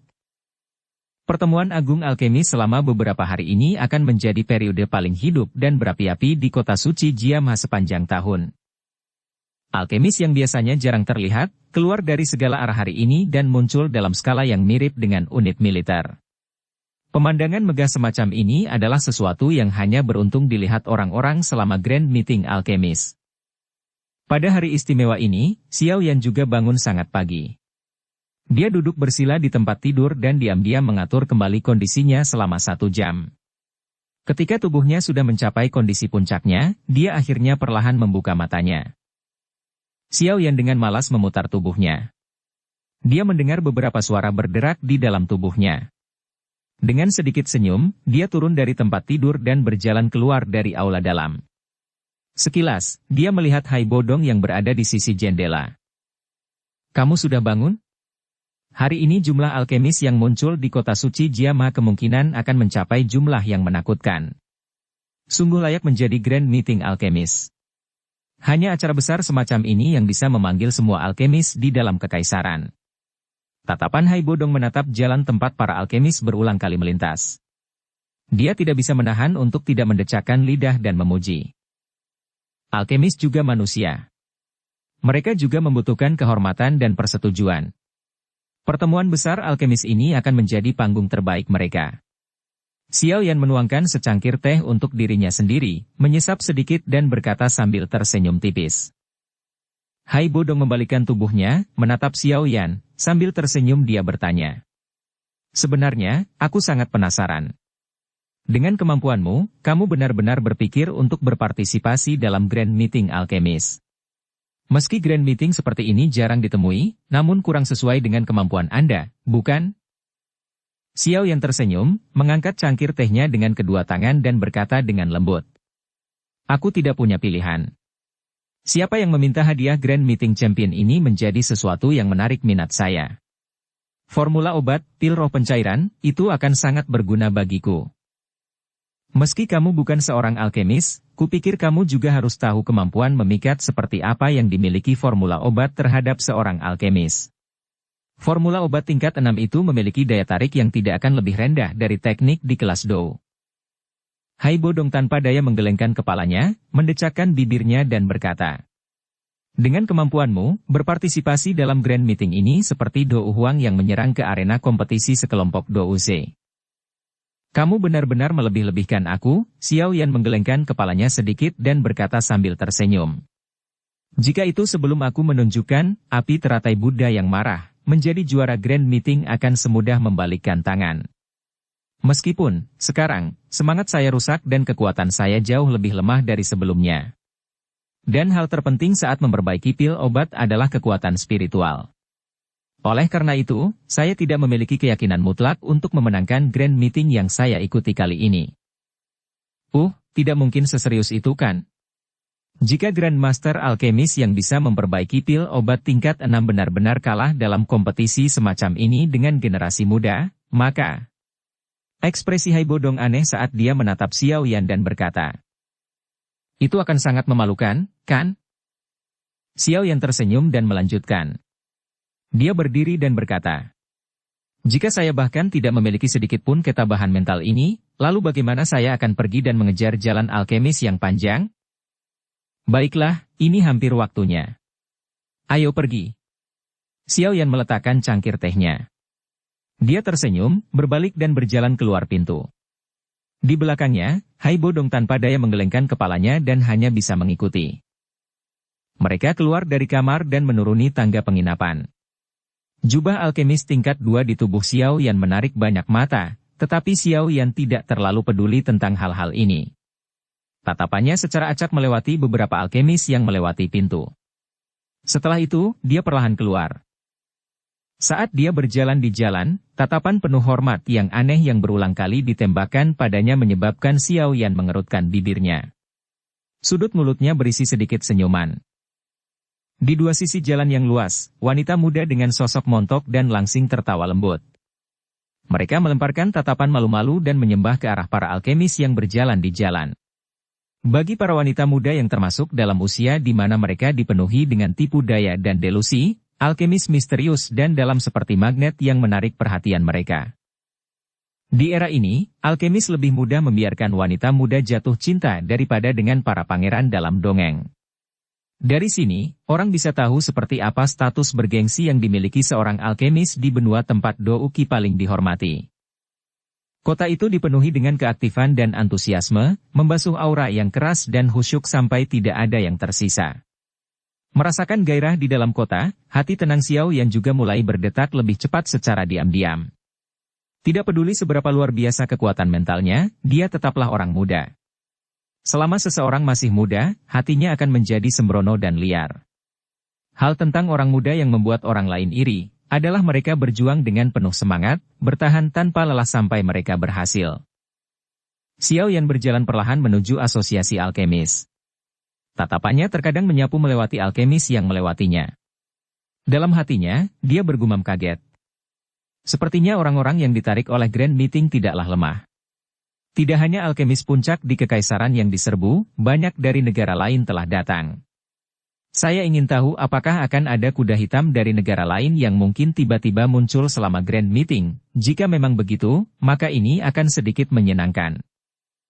Meskipun hati Xiao Yan memikirkan pikiran jahat seperti itu, wajahnya tidak mengungkapkan semua itu di permukaan. Dia perlahan melewati beberapa jalan, mengangkat kepalanya dan menatap asosiasi kuno yang berdiri di ujung pandangannya. Dia menghela nafas lembut, berbalik dan melirik Hai Bodong yang dengan santai mengikuti di belakangnya. Setelah itu, dia mengangkat kakinya dan berjalan menuju asosiasi. Setelah memasuki asosiasi, Xiao Yan tidak bisa membantu tetapi menggelengkan kepalanya tanpa daya saat melihat pintu masuk asosiasi yang tampaknya telah diblokir sepenuhnya. Dia menerobos masuk ke dalam kerumunan manusia. Tubuhnya seperti ikan yang memasuki laut, melewati kerumunan dengan cara yang aneh. Setelah menjalani pelatihan kemampuan menghindar Yaolau di pegunungan binatang ajaib, Xiao Yan berhasil menyelamatkan cukup banyak masalah dalam situasi seperti itu sekarang. Saat tubuhnya sedikit bergoyang, Xiao Yan tiba di depan kerumunan dan menghela nafas lega saat dia akhirnya memasuki gerbang depan asosiasi alkemis. Muridnya mengerut saat dia menoleh untuk melihat sekeliling dan melihat Hai Bodong, yang tampak seperti sedang tidur sambil berjalan, mengikutinya dari dekat. Benar-benar layak menjadi Dou Huang, menemaniku begitu dekat namun aku masih tidak dapat mendeteksinya sedikit pun. Xiao Yan diam-diam mengaguminya di dalam hatinya saat dia memasuki asosiasi alkemis dan berjalan-jalan di aula. Dia baru saja akan memasuki zona timur ketika dia benar-benar bertemu dengan Ao Tuo dan kelompoknya, yang terkejut melihatnya. Mereka segera mulai tertawa. Ikutlah denganku, anak kecil, tempat Grand Meeting tidak berada di dalam asosiasi alkemis, kata Ao Tuo sambil tersenyum sambil menepuk bahu Xiao Yan. Xiao Yan tersenyum dan mengangguk saat dia menyapa Frank serta kedua gadis Su dan Mei. Anak kecil, kali ini asosiasi kota Black Rock kami datang menemui Anda. Pastikan untuk tidak kalah dari Liu Ling itu. Frank tersenyum dan berkata. Dia memiliki banyak kepercayaan pada Xiao Yan sejak tes internal sebelumnya. Hehe, aku akan mencoba. Xiao Yan tersenyum. Dia tiba-tiba melihat Ao Tuo menatap dengan heran pada Hai Bodong, dan memperkenalkan. Tuan Ao Tuo, ini adalah temanku, Hai Bodong. Oh. Keke, apa kabar? Ao Tuo dari Black Rock City, Frank. Ao Tuo dan Frank tersenyum dan mengangguk. Karena Hai Bodong telah hidup terisolasi selama beberapa dekade, keduanya tidak terlalu akrab dengan nama Hai Bodong. Mereka hanya samar-samar merasa bahwa nama itu agak asing di telinga. Ao Tuo dan Frank berasal dari kelas Dou Ling dan sebagai alkemis, kekuatan spiritual mereka jauh lebih tinggi daripada kelas yang sama. Oleh karena itu, meskipun tidak mengetahui latar belakang pihak lain, mereka samar-samar dapat merasakan dengan persepsi spiritual mereka bahwa orang tua di depan mereka memiliki sesuatu yang mendalam dan mereka tidak berani meremehkannya. Iya. Hai Bodong hanya mengangguk pelan pada etiket sopan mereka berdua. Sikapnya yang tenang menyebabkan mereka berdua bingung. Ling Fei, yang tidak bisa memiliki sedikit pun ketidaksempurnaan di matanya, melebarkan matanya dan menatap. Tepat saat dia hendak berteriak, dia dengan cepat ditangkap oleh Ao Tuo. Maafkan aku dua Grandmaster, karakter Hai Tua memang seperti itu. Dia tidak berniat melawan kalian berdua. Xiao Yan menggelengkan kepalanya tanpa daya. Dia hanya bisa tersenyum sedikit dan menghaluskan semuanya. Untungnya, Ao Tuo dan Frank tidak terlalu khawatir. Mereka tersenyum sembarangan dan mengubah topik pembicaraan. Kelompok itu bercakap-cakap dan tertawa saat mereka berjalan keluar dari aula. Dengan Ao Tuo memimpin jalan, mereka berjalan keluar dari pintu belakang asosiasi dan menuju ke suatu tempat di selatan kota. Lokasi Grand Meeting kali ini adalah alun-alun keluarga kekaisaran. Ukuran tempat itu bisa menampung puluhan ribu orang, dan itu benar-benar memenuhi ukuran yang dibutuhkan untuk Grand Meeting ini. Saat mereka berjalan di jalan, Ao Tuo tersenyum dan menjelaskan. Setelah perkiraan awal, seharusnya ada lebih dari 2.000 orang yang berpartisipasi dalam Grand Meeting ini. Ini adalah jumlah peserta yang lebih banyak dibandingkan dengan beberapa rapat besar sebelumnya. Lebih dari 2.000 orang, jumlah ini menyebabkan Xiao Yan menyedot lidahnya tanpa sadar. Harus diketahui bahwa persyaratan untuk menjadi seorang alkemis sangat keras. Mengatakan bahwa hanya 1 dari 1.000 atau bahkan 1 dari 10.000 yang bisa menjadi alkemis bukanlah hal yang berlebihan. 2.000 orang yang saat ini ada di sini mungkin adalah kumpulan lebih dari setengah alkemis di Kekaisaran Jiama. Grand Meeting dibagi menjadi beberapa babak ujian. Setiap pemeriksaan akan menghilangkan cukup banyak orang. Di babak selanjutnya, kesulitan ujian menjadi jauh lebih besar. Orang terakhir yang bertahan akan menjadi juara terakhir. Xiao Yan menganggukkan kepalanya sedikit. Berpikir tentang memiliki lebih dari 2.000 orang secara bersamaan mengangkat api dan memurnikan pil di lapangan terbuka yang sama, Xiao Yan merasa sedikit bersemangat. Cara spektakuler itu sepertinya akan sangat mendebarkan. Sementara dia berbicara, alun-alun keluarga kekaisaran, yang Ao Tuo sebutkan sebelumnya, secara bertahap muncul di hadapan mereka. Xiao Yan mengangkat matanya dan memperhatikan. Tapi penglihatannya sebenarnya hanya bisa melihat sebagian kecil dari alun-alun besar. Saat ini, ada tentara bersenjata lengkap yang ditempatkan di luar alun-alun untuk menjaga ketertiban. Grand Meeting semacam ini telah mengumpulkan orang-orang kuat dari mana-mana. Jika terjadi kerusuhan, ibu kota akan mendapat pukulan besar. Oleh karena itu, keluarga kekaisaran sangat berhati-hati dalam menjaga ketertiban. Ada inspektur dari asosiasi alkemis yang ditempatkan di pintu masuk alun-alun. Hanya orang-orang dari asosiasi dan peserta yang diizinkan masuk dari pintu masuk ini. Pintu masuk ke kursi penonton terletak di tempat lain. Di bawah kepemimpinan Ao Tuo, Xiao Yan dan yang lainnya tidak menghadapi kendala sedikit pun saat mereka memasuki alun-alun. Setelah mendaki lereng tinggi untuk memasuki alun-alun, area terbuka yang sangat besar itu akhirnya benar-benar ditampilkan dalam pandangan Xiao Yan. Berdiri di puncak lereng, Xiao Yan memandangi alun-alun batu hijau yang besar sampai menjadi konyol. Dia tidak bisa membantu tetapi menggelengkan kepala dan memuji. Alun-alun itu berbentuk bundar, dengan banyak kursi yang terletak di kedua sisinya. Sepertinya itu adalah kursi untuk penonton. Di seberang kursi penonton, ada kursi VIP yang didekorasi dengan cara yang jauh lebih mewah. Ini secara khusus ditujukan untuk eselon atas dari asosiasi dan kepala dari kekuatan besar itu. Saat tatapannya menyapu tanah terbuka yang sangat luas, Xiao Yan menemukan bahwa ribuan meja persegi batu hijau benar-benar ditempatkan secara terbuka dan rapi di dalamnya. Tabel persegi ini tersebar dengan rapi dan ditempatkan dengan sangat tepat. Sekilas, mereka seperti unit militer batu hijau yang berdiri diam. Saat ini, sudah ada cukup banyak alkemis yang berpartisipasi dalam kompetisi dengan duduk bersila di kursi batu di belakang meja batu hijau di tanah terbuka. Seiring waktu mengalir, semakin dekat ke waktu awal kompetisi, semakin banyak alkemis yang berkerumun keluar dari jalur dan mencari tempat duduk mereka sesuai dengan nomor label yang mereka terima. Ao Tuo menatap ke langit sambil tersenyum dan berkata, "Mari kita pergi ke kursi VIP dulu. Masih ada waktu sampai dimulainya Grand Meeting. Di sana, Anda bisa bertemu dengan beberapa orang penting yang memiliki kekuatan signifikan. Ini mungkin berguna untuk Anda." Tadi malam, Xiao Yan bahkan sudah melihat wali keluarga kekaisaran, Jia Lao yang misterius. Oleh karena itu, dia tidak mengutarakan pendapatnya tentang orang-orang yang memiliki kekuatan signifikan seperti yang disebutkan Ao Tuo. Namun, saat ini masih terlalu pagi jadi dia menganggukkan kepalanya secara acak. Melihat tidak ada keberatan, Ao Tuo dan Frank memimpin dan membawa beberapa dari mereka menuju kursi VIP. Ketika mereka hendak memasuki bagian VIP, Ao Tuo tiba-tiba menunjuk ke barisan depan. Sudah ada sederet orang yang duduk. Di antara mereka, ada wakil ketua asosiasi alkemis, Kiemier. Di sampingnya duduk seorang pria tua yang mengenakan jubah alkemis berwarna ungu. Itu adalah ketua asosiasi alkemis kerajaan Jiamha, Tuan Famha. Saya telah mendengar bahwa saat ini dia akan melangkah ke tingkat alkemis tingkat 6. Di dunia alkemis di dalam kekaisaran Jiamha, reputasi Tuan Famha akan hampir sama jika dibandingkan dengan Raja Pil Guhe. Bahkan saat Guhe bertemu Tuan Famha, dia pasti sedikit lebih sopan. Saat itu, sebelum Guhe mendapatkan ketenaran, bangsawan Famha telah memberinya banyak perhatian.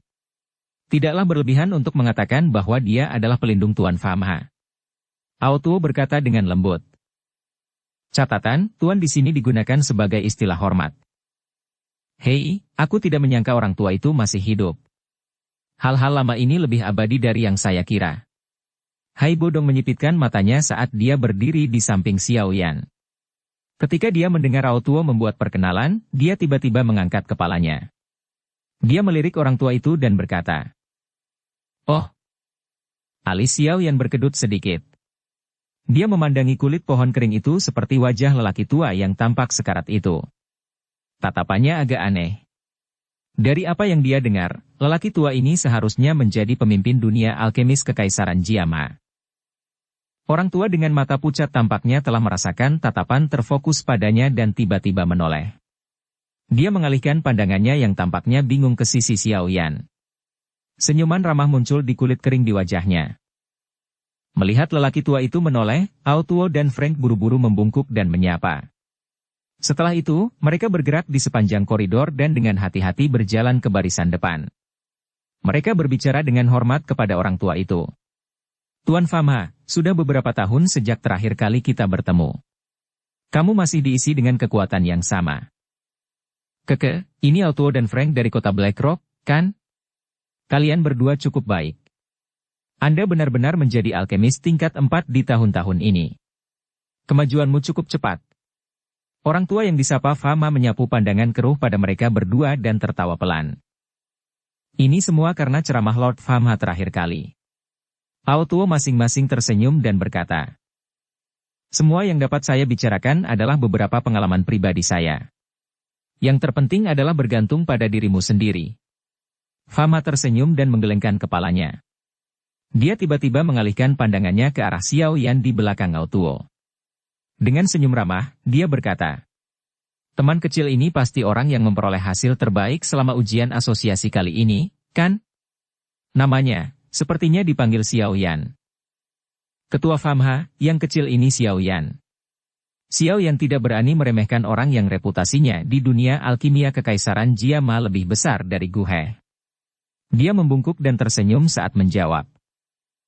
"Haha, kebanyakan pahlawan itu dari yang muda. Pada usia seperti itu, Anda dapat memperbaiki daun spiritual besi hitam berkali-kali.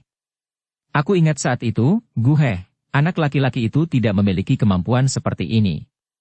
Suara Fama tidak terburu-buru atau lambat. Meskipun itu sedikit serak, itu memiliki properti seperti sihir yang tidak memungkinkan orang lain untuk memotong kata-katanya. Xiao Yan dengan tenang tersenyum, tapi tidak terus mengatakan apapun tentang topik ini. Fama tersenyum dan menatap Xiao Yan, tatapannya sepertinya memiliki makna yang lebih dalam saat dia berhenti sejenak di wajah tenang itu untuk sementara waktu. Merasakan tatapannya, Xiao Yan tiba-tiba merasa khawatir. Jangan bilang padaku bahwa dia telah melihat melalui penampilan terselubung ini." Saat Xiao Yan membayangkan banyak hal di dalam hatinya, Fama tampaknya merasakan kegelisahannya. Yang terakhir segera berkata dengan lembut sambil tersenyum. "Teman kecil, selama kamu tidak menargetkan asosiasi, aku yang dulu tidak akan usil." Meskipun tawa Fama menyebabkan para tetua asosiasi di sekitarnya merasa bingung, Xiao Yan diam-diam menghela nafas lega. Dia menatap Fama dengan penuh rasa terima kasih. Orang tua yang tidak akan mati. Sepertinya semakin lama Anda hidup, semakin Anda suka berbicara. Tawa dingin yang tiba-tiba muncul, menyebabkan ekspresi semua orang di kursi VIP berubah drastis. Ekspresi Kiemier, yang duduk di sisi Fama, tenggelam saat dia berteriak dengan suara rendah. "Siapa itu?" Saat tawa dingin ini berdering, Xiao Yan tak berdaya menghela nafas di dalam hatinya. Selain Hai Bodong yang ada di belakangnya, siapa lagi yang akan bersikap kasar ini ketika dia berbicara? Tawa dingin itu juga membuat Fama bingung. Dengan cepat mengikuti Yang, bagaimanapun, dia mengalihkan pandangannya ke belakang Xiao Yan dan bergumam. Ini sedingin es, jangan bilang padaku." Old Man Ice. Ketika dia mengatakan sampai titik ini, lebih banyak kejutan muncul di wajahnya. "Hehe, Pak Tuafa, saya tidak berpikir bahwa Anda masih akan mengingat saya. Itu tidak mudah." Sosok manusia di belakang Xiao Yan berkelebat. Hai Bodong perlahan berjalan maju di bawah tatapan tertegun dari Ao Tuo, Sumei dan yang lainnya. Dia langsung duduk di sisi Famha dan membuka mulut untuk tertawa. "Kamu sebenarnya belum mati? Bukankah Ratu Medusa akhirnya melakukan itu padamu?" Fama terkejut saat dia menatap Hai Bodong di sisinya dan tidak bisa tidak bertanya. Aku untungnya selamat, Hai Bodong mendecakkan bibirnya. Ada beberapa ketakutan yang tersisa di matanya saat dia menghela nafas. Wanita itu benar-benar menakutkan. Kamu benar-benar orang dengan kehidupan yang sulit, tapi bagus kalau kamu masih hidup. Setidaknya orang tua sepertiku tidak akan terlalu kesepian, haha. Wajah mirip pohon Fama bergerak sambil tertawa terbahak-bahak. Mendengar percakapan di antara mereka berdua, para tetua asosiasi yang awalnya tidak senang dengan kata-kata kurang ajar Hai Bodong segera menyusut kembali. Menurut apa yang dikatakan Famha, lelaki tua yang tidak dikenal ini sebenarnya adalah karakter hebat yang memiliki penampilan yang rendah hati. Berdiri di belakang Autuo, Ling Fei dan Su Mei benar-benar tercengang saat mereka memandang Hai Bodong yang sembarangan mengobrol dengan Fama untuk menghabiskan waktu. Pada saat ini, mereka akhirnya mengerti bahwa lelaki tua yang tampak sangat biasa ini sebenarnya adalah orang kuat yang menyembunyikan keahliannya. Orang ini, mengapa semua yang dia berteman adalah orang-orang dengan level seperti itu? Kedua gadis itu bertukar pandangan sebelum mengalihkan pandangan aneh mereka ke arah Xiao Yan di samping, yang menggelengkan kepalanya tanpa daya. Keakraban antara Hai Bodong dan Fama jelas membuat Autuo dan Frank terkejut. Beberapa waktu kemudian, Autuo, yang telah pulih, tiba-tiba ekspresinya sedikit berubah. Dia dengan lembut bergumam. Hai Bodong. Hai Bodong. Kaisar Es dari 10 kuat saat itu, sepertinya dipanggil dengan nama ini kan? Saat dia memikirkan ini di dalam hatinya, Autuo memiringkan kepalanya dan bertukar pandang dengan Frank. Mereka bisa melihat keterkejutan di mata satu sama lain. Mereka tidak menyangka bahwa orang setingkat antik seperti ini akan tetap hidup. Selain itu, hubungannya dengan Xiao Yan tampaknya tidak sederhana. Anak kecil ini bersembunyi sangat dalam, sama seperti Su Mei dan Ling Fei, Autuo dan Frank juga menatap Xiao Yan dengan mata aneh.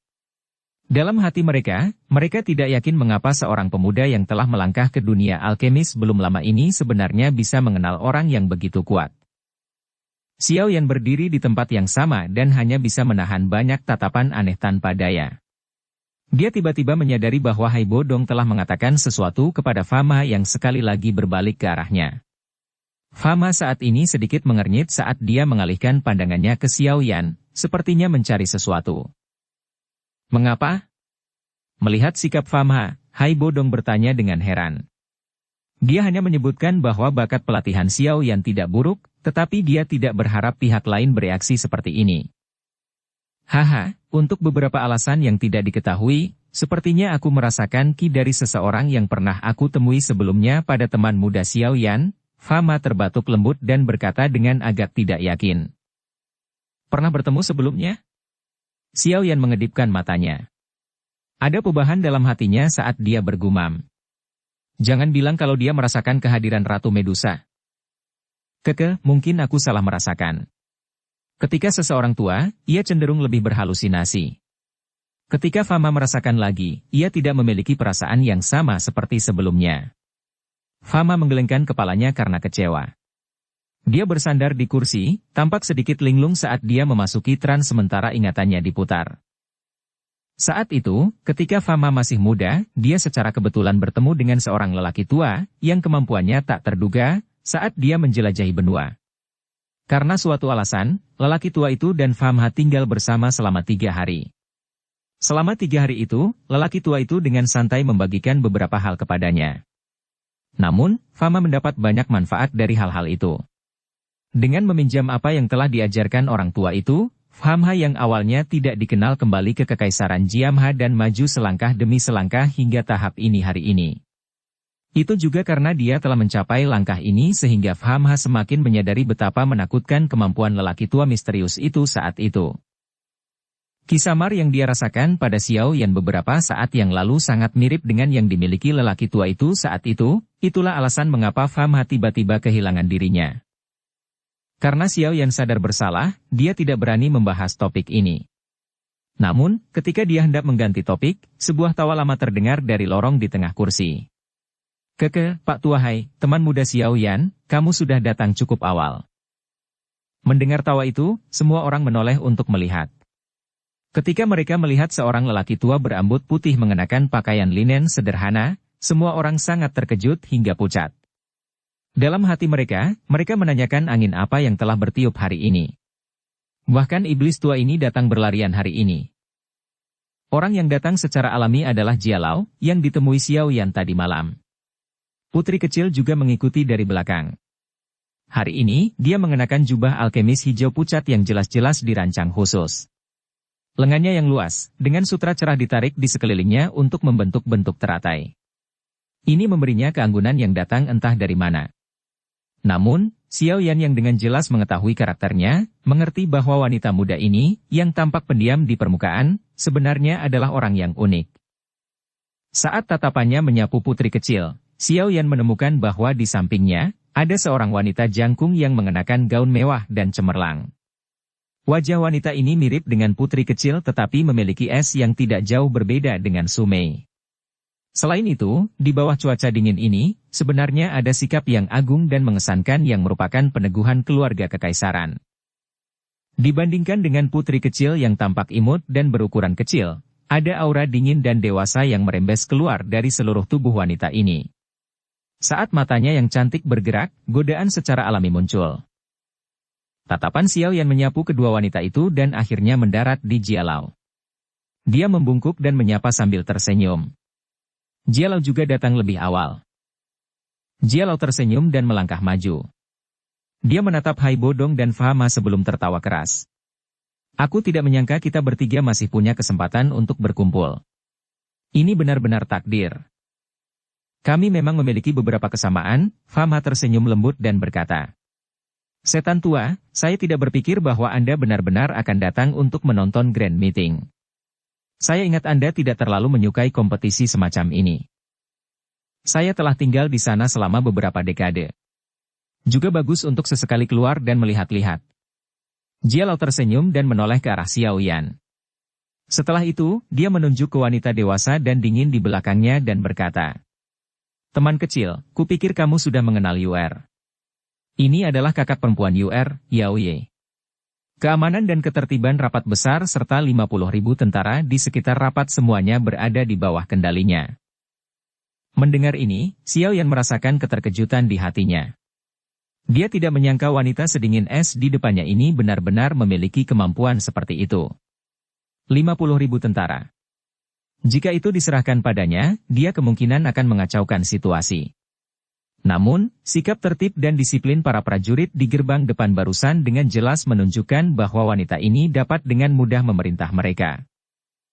Yao Ye, ini adalah teman muda Xiao Yan yang telah saya sebutkan kepada Anda. Kemampuannya luar biasa. Dia kemungkinan besar adalah pesaing dengan kemampuan paling besar untuk merebut posisi juara kali ini. Jialao menunjuk Xiao Yan dan tersenyum saat dia berkata kepada wanita dingin di belakang. Mendengar evaluasi Jialao, putri kecil di samping berteriak, diam-diam menggumamkan sesuatu. Sepertinya dia tidak puas dengan kata-kata Jialao ini. Senang bertemu denganmu, Tuan Xiao Yan. Mata cantik wanita es itu menatap Xiao Yan. Dia dengan anggun dan alami mengulurkan tangannya dan tersenyum. Saat dia tersenyum menyebabkan beberapa keturunan klan bangsawan di sekitar kursi VIP menjadi linglung. Biasanya sangat sulit bagi mereka untuk melihat putri tetua yang biasanya dingin memperlakukan orang dengan cara seperti itu. Senang bertemu denganmu, Putri Yao Ye. Sikap pihak lain sedemikian rupa sehingga Xiao Yan tidak bisa menemukan kesalahan. Dia tersenyum dan mengulurkan tangannya dan dengan lembut memegang tangan yang lembut dan tampaknya tanpa tulang itu. Dia diam-diam mengagumi di dalam hatinya, tetapi di permukaan, dia melepaskan begitu saja saat dia melakukan kontak. Dia tidak membiarkan pihak lain merasa tidak pantas. Semoga Pak Xiao Yan bisa mendapatkan hasil yang memuaskan selama kompetisi berlangsung. Ketika saatnya tiba, Yao Ye secara pribadi akan mengadakan perjamuan untuk merayakan pencapaiannya, saya harap Tuan Xiao Yan tidak akan menolak. Yao Ye menarik tangannya dan tersenyum sambil berkata. Wanita ini, metodenya dalam mengikat orang benar-benar cukup akut, dia kemungkinan akan menjadi seseorang yang sangat hebat di masa depan. Xiao Yan tersenyum dan mengangguk saat hatinya merasa sedikit heran. Bahkan seseorang dengan kekuatan mentalnya, Kewaspadaannya terhadapnya telah sangat berkurang hanya dengan beberapa kalimat dari Yao Ye selama mereka melakukan kontak awal. Melihat Xiao Yan mengangguk, Yao Ye mundur ke belakang Jialau dengan puas. Dengan karakternya, dia tidak akan merendahkan dirinya dan berteman dengan Xiao Yan sedemikian rupa jika kakek buyutnya tidak memberi pemuda ini evaluasi yang tinggi. Meskipun, jika dia benar-benar memiliki potensi yang dijelaskan kakek buyut, maka ada baiknya bagi saya untuk merendahkan diri untuk berteman dengannya. Mata cantik itu menyapu wajah Xiao Yan, yang tidak menunjukkan banyak kebingungan sejak awal. Yao Ye cukup puas dengan kekuatan mentalnya. Sangat jarang bisa mempertahankan ketenangan seperti itu di depan eselon atas kekaisaran dan orang-orang kuat di tingkat puncak. Setidaknya, keturunan dari klan bangsawan di belakangnya telah menyusut kembali dan tidak berani mendekatinya karena statusnya.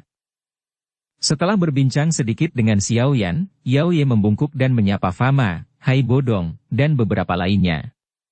Etiketnya yang sempurna sulit bagi seseorang untuk menemukan kesalahannya, bahkan seseorang seperti Hai Bodong telah mengadopsi ekspresi yang tidak terlalu dingin. Setelah kelompok itu saling menyapa, mereka duduk di barisan depan kursi VIP. Entah disengaja atau tidak, Putri Yao Ye akhirnya duduk di samping Xiao Yan. Aroma tubuh wanita yang samar melayang dari samping, menyebabkan dia menjadi sedikit terganggu. Saat matahari di langit bergerak, jumlah orang di kursi VIP juga meningkat. Orang-orang ini kebanyakan adalah orang-orang yang memiliki kekuatan di ibu kota atau keluarganya. Kursi penonton di seberang mereka sudah lama penuh sesak. Teriakan itu berkumpul menjadi semburan yang melesat ke cakrawala. Xiao Yan duduk diam di kursi dengan mata tertutup. Beberapa saat kemudian, dia tiba-tiba merasakan beberapa gerakan di kursi di sekitarnya. Baru setelah itu, dia mengerutkan kening dan menoleh untuk melihat sumber keributan itu. Antrean yang memasuki bagian VIP cukup besar. 3 klan besar kekaisaran tiba bersama. Jenis barisan ini kemungkinan adalah sesuatu yang tidak ada kekuatan di dalam kekaisaran Mama yang berani untuk memandang rendah. Alasan yang lebih besar untuk menyebabkan keributan seperti itu, bagaimanapun, adalah Nalan Yanran dan Yafei yang berjalan di tengah. Kedua wanita itu memiliki watak yang berbeda, tetapi mereka sama-sama sangat cantik. Ketika mereka berdua berjalan bersama, itu secara alami menarik banyak mata. Tidak heran anak-anak dari klan bangsawan di belakang sangat bersemangat. Sekelompok orang bergerak di sepanjang jalan setapak sampai mereka tiba di posisi paling depan sebelum menyapa orang yang mereka kenal. Meminjam waktu saat mereka saling menyapa, tatapan Xiao Yan menyapu seorang lelaki tua tak dikenal yang berjalan bersama Nalan Ji dan Primer Tengshan. Mengikuti di belakang pria tua ini adalah Mu Shen. Mendengar cara keduanya menyapa satu sama lain, Xiao Yan juga mengetahui identitas lelaki tua ini. Mu Chen dari klan Mu, Do Wang lainnya. Setelah menyapa para tetua, Yafei diam-diam menyelinap ke sisi Xiao Yan dan duduk. Sambil tersenyum secantik bunga, dia berkata, Xiao Yan Didi, Anda harus mendapatkan hasil yang bagus kali ini. Ada banyak orang yang menonton. Dengan kemampuan Tuan Xiao Yan, hasilnya kali ini secara alami tidak akan buruk. Mendapatkan 3 besar harus menjadi sesuatu yang mudah dilakukan. Nalan Yanran datang ke sisi ini tanpa ada yang tahu kapan dan tersenyum saat berkata. Yao Ye, yang duduk di samping Xiao Yan, melihat Yafei dan Nalan Yanran, 2 wanita cantik yang penampilannya tidak kalah dengannya, berkumpul di sekitar Xiao Yan. Dia secara alami sangat jelas tentang identitas kedua wanita ini. Keheranan melintas di matanya yang cantik saat dia dengan tenang berkata di dalam hatinya. Xiao Yan ini mungkin memiliki penampilan biasa, tapi benar-benar tidak terduga bahwa dia sangat menarik untuk wanita, sepertinya kakek buyut mengatakan yang sebenarnya. Xiao Yan ini jelas merupakan orang yang menarik dengan potensi besar. Kalau tidak, dengan kecerdasan Yafei dan sikap acuh tak acuh Nalan Yanran, mereka pasti tidak akan berbicara dengannya dengan cara seperti itu. Ketiga wanita cantik itu semuanya berkerumun di sekitar sisi Xiao Yan. Ini tidak diragukan lagi menyebabkan beberapa pandangan di kursi VIP menjadi panas. Beberapa orang muda yang memiliki imajinasi tentang ketiga wanita itu mengatupkan gigi dan menatap Xiao Yan dengan saksama. Cara mereka seperti itu seolah-olah Xiao Yan adalah musuh mereka yang telah membunuh ayah mereka. Xiao Yan menghela nafas dan mengusap kepalanya. Gelombang wewangian yang menyelimuti ujung hidungnya menyebabkan Xiao Yan berniat untuk tertawa getir. Banyaknya tatapan panas di belakangnya mengakibatkan punggungnya terasa tertusuk. Bahkan dia sendiri tidak mengerti mengapa ketiga wanita ini berkerumun di sekitarnya. Apakah mentalitas perbandingan yang konyol tentang wanita? Xiao Yan tertawa getir di dalam hatinya. Dia seperti biksu tua yang bermeditasi karena dia duduk dengan sikap yang sangat lurus, menunggu waktu untuk grand meeting dimulai. Dalam sekejap, dia tiba-tiba mengerutkan kening dan memutar kepalanya, hanya untuk secara kebetulan melihat Liu Ling, yang duduk di barisan di belakang, menatapnya dengan dingin. Tingkahnya seperti ular berbisa yang siap menggigit. Melihat Xiao Yan telah menemukan pandangannya, atau mungkin itu karena grand meeting akan segera dimulai, Liu Ling tidak repot-repot menyembunyikan pikirannya. Sudut mulutnya terangkat menjadi senyuman dingin. Tangannya dipegang secara horizontal dan jari tengahnya mengarah ke langit. Mulutnya menggeliat. Aku ingin membiarkanmu menderita kekalahan telak di depan Alanian Ran. Xiao Yan tersenyum lembut. Dia menggerakkan bibirnya sedikit dan segera memutar kepalanya. Liu Ling memperhatikan punggung Xiao Yan dengan cara yang gelap dan dingin. Dia perlahan menghela nafas. Sesaat yang lalu, dia dengan jelas memahami gerakan bibir Xiao Yan. Ayo lihat. Seiring waktu mengalir secara bertahap, waktu untuk memulai grand meeting perlahan-lahan tiba di bawah puluhan ribu tatapan. Ketika bel yang jelas terdengar di alun-alun, kebisingan yang telah melesat ke langit tiba-tiba menjadi sunyi. Mendengar bel berbunyi di telinganya, Fama sedikit gemetar dan berdiri.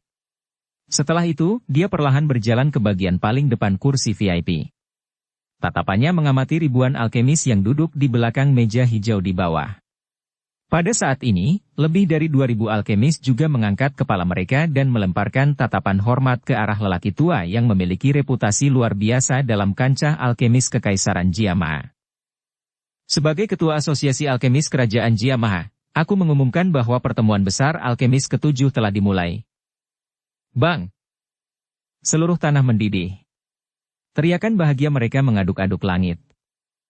Dukung channel Novel Silat dengan subscribe, follow, like, komen dan share. Bab 305 babak pertama, mulailah. Fama berdiri di depan kursi VIP dan memandangi alun-alun yang ramai. Beberapa saat kemudian, dia dengan lembut berkata, "Sekarang, saya ingin mengundang semua pesaing untuk pindah ke posisi yang ditentukan."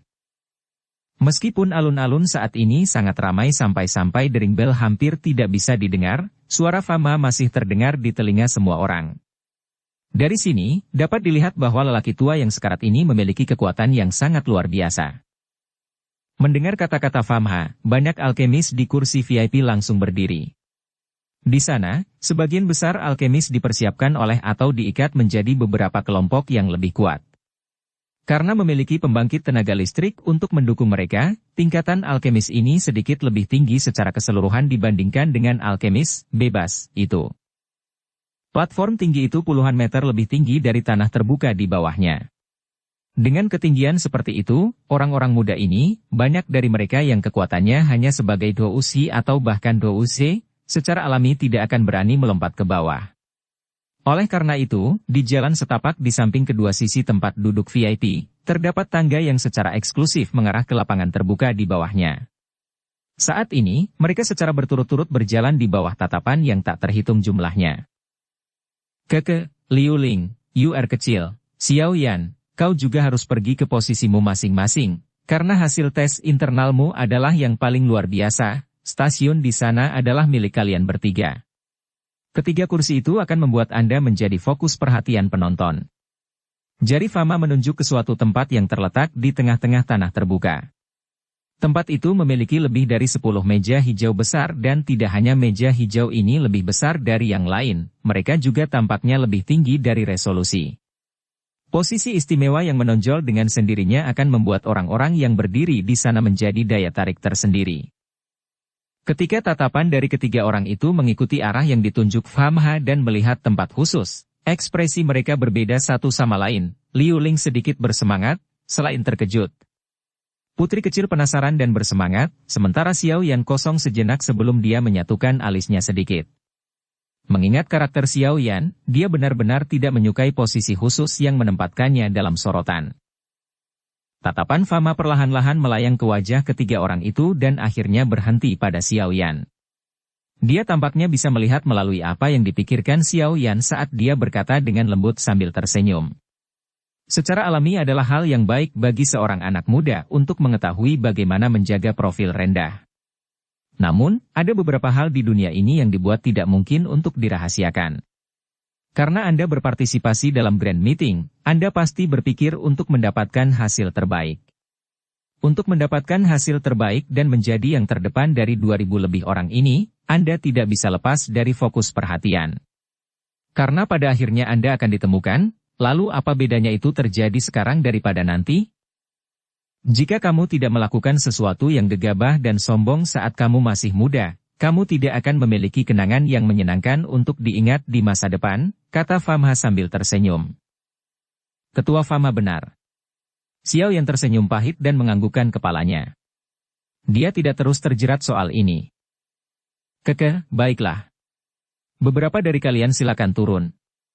Fama tersenyum dan berkata. Kalian berdua, aku akan pergi dulu. Liu Ling menanggapi Fama terlebih dahulu sebelum menertawakan Xiao Yan dan putri kecil. Segera, dia menekan tanah dengan ringan dan tubuhnya menyerbu ke tepi platform tinggi.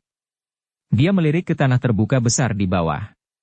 Kemudian dia melompat ke depan dan menimbulkan suara syok yang tak terhitung jumlahnya dari orang-orang di kursi VIP.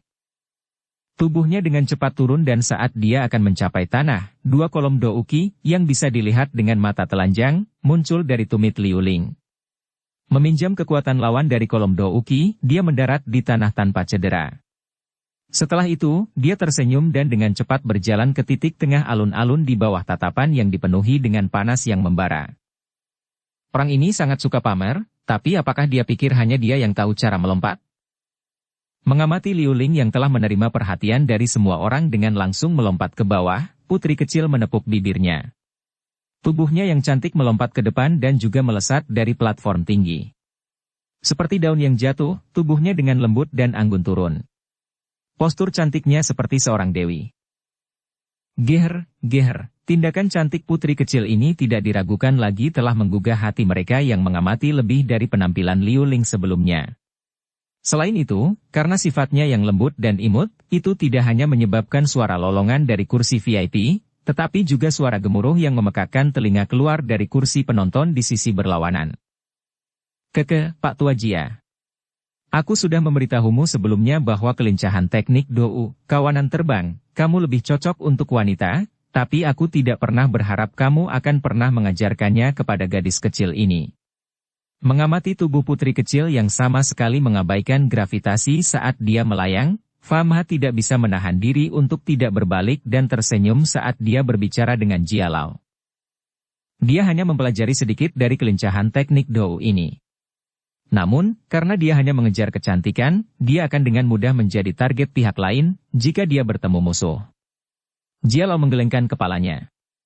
Meskipun kata-kata dari mulutnya diucapkan seperti itu, ketika seseorang melihat senyuman di wajahnya, dia jelas puas dengan keterampilan yang telah diungkapkan putri kecil. Hei, teman kecil. Mengapa Anda tidak melompat juga? Kamu tidak bisa kalah dari mereka dalam parade pintu masuk ini. Melihat wajah Jia Lao yang sedikit senang, Hai Bodong tidak bisa menahan untuk tidak memutar matanya saat dia mendesak Xiao Yan. Kurasa aku akan turun.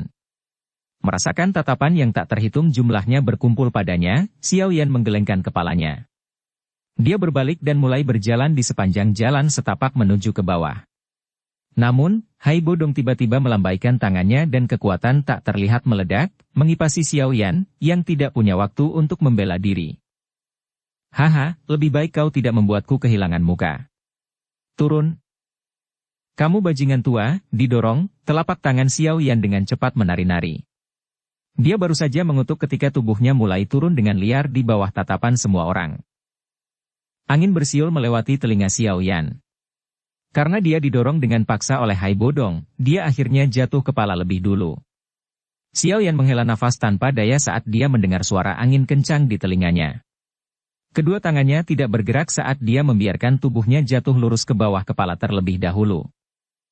Di alun-alun, tatapan yang tak terhitung jumlahnya tercengang ketika mereka melihat bahwa Xiao Yan masih tidak bereaksi meskipun semakin dekat ke tanah.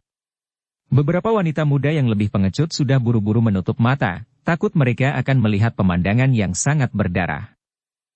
Sama seperti orang yang tak terhitung jumlahnya melebarkan mata mereka, ingin melihat apakah anak kecil ini, yang tampaknya memiliki kemampuan, akan berubah menjadi tumpukan pasta daging di tempat. Xiao Yan, yang tetap diam, akhirnya menggerakkan tangannya.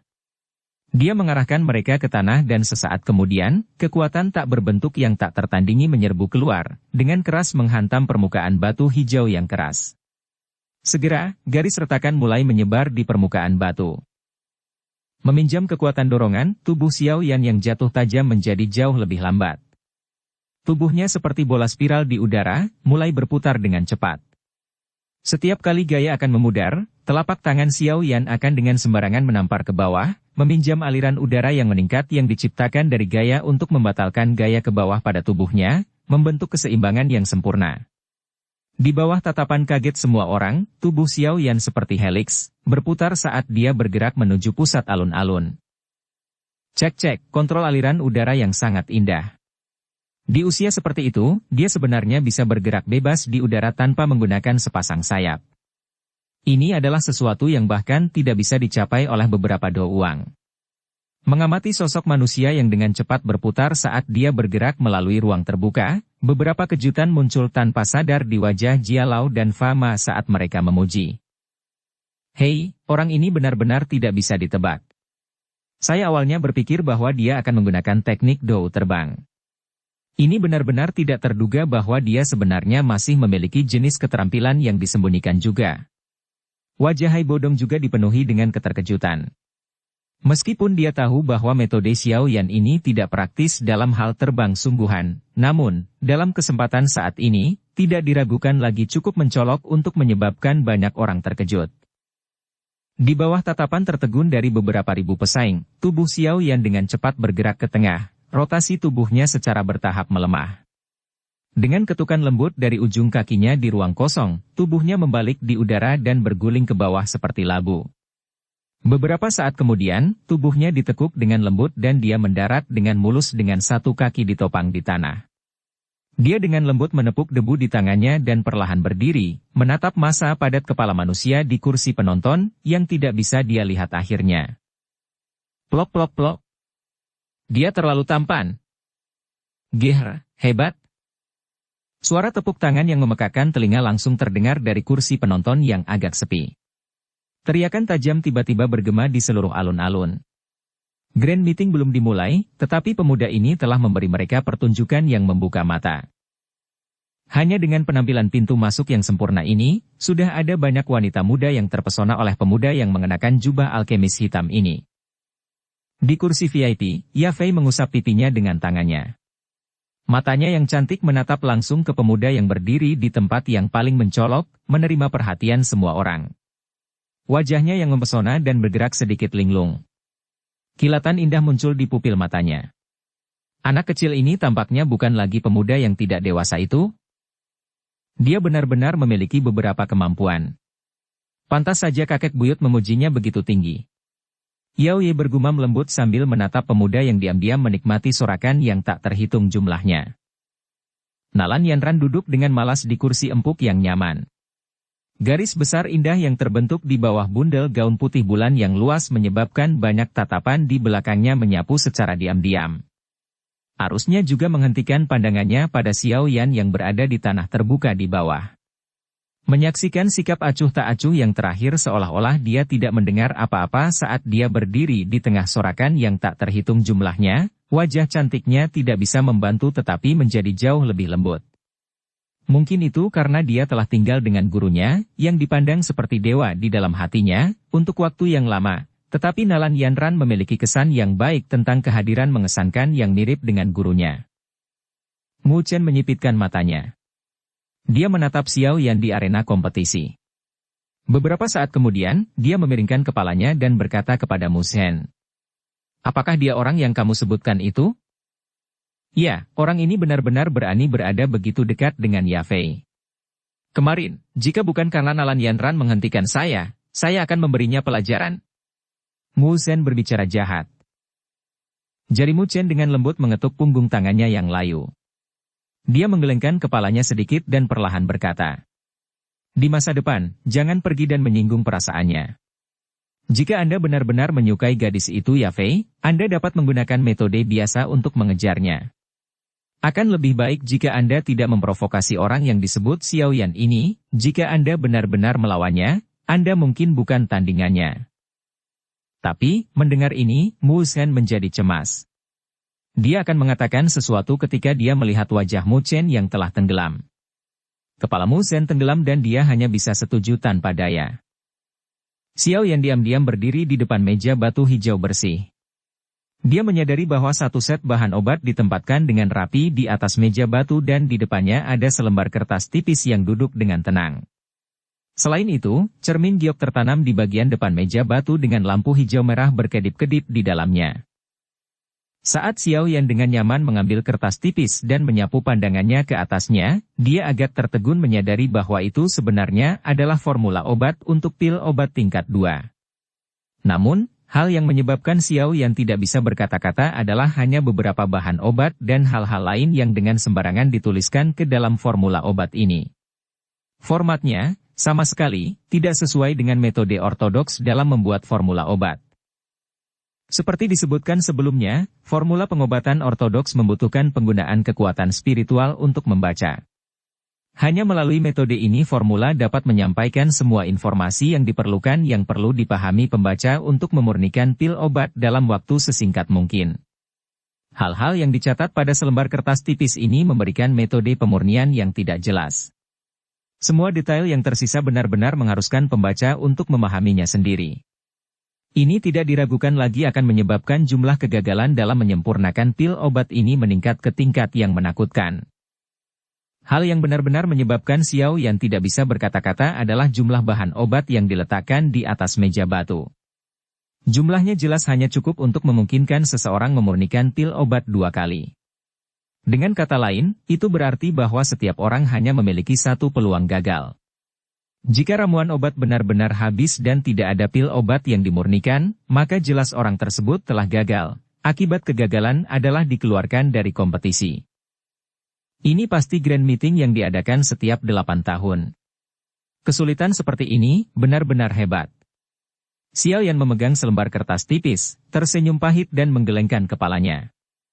Dia kemudian mengangkat kepalanya dan melirik ke segala arah, hanya untuk menyadari bahwa ada beberapa kepahitan di banyak wajah alkemis. Memiringkan kepalanya, dia menatap putri kecil dan Liu Ling di kiri dan kanannya. Keduanya tampak jauh lebih tenang. Namun, mereka berdua masih sedikit mengernyit karena mengenali beberapa masalah dengan formula yang terekam di kertas tipis. Xiao Yan dengan lembut menghirup udara.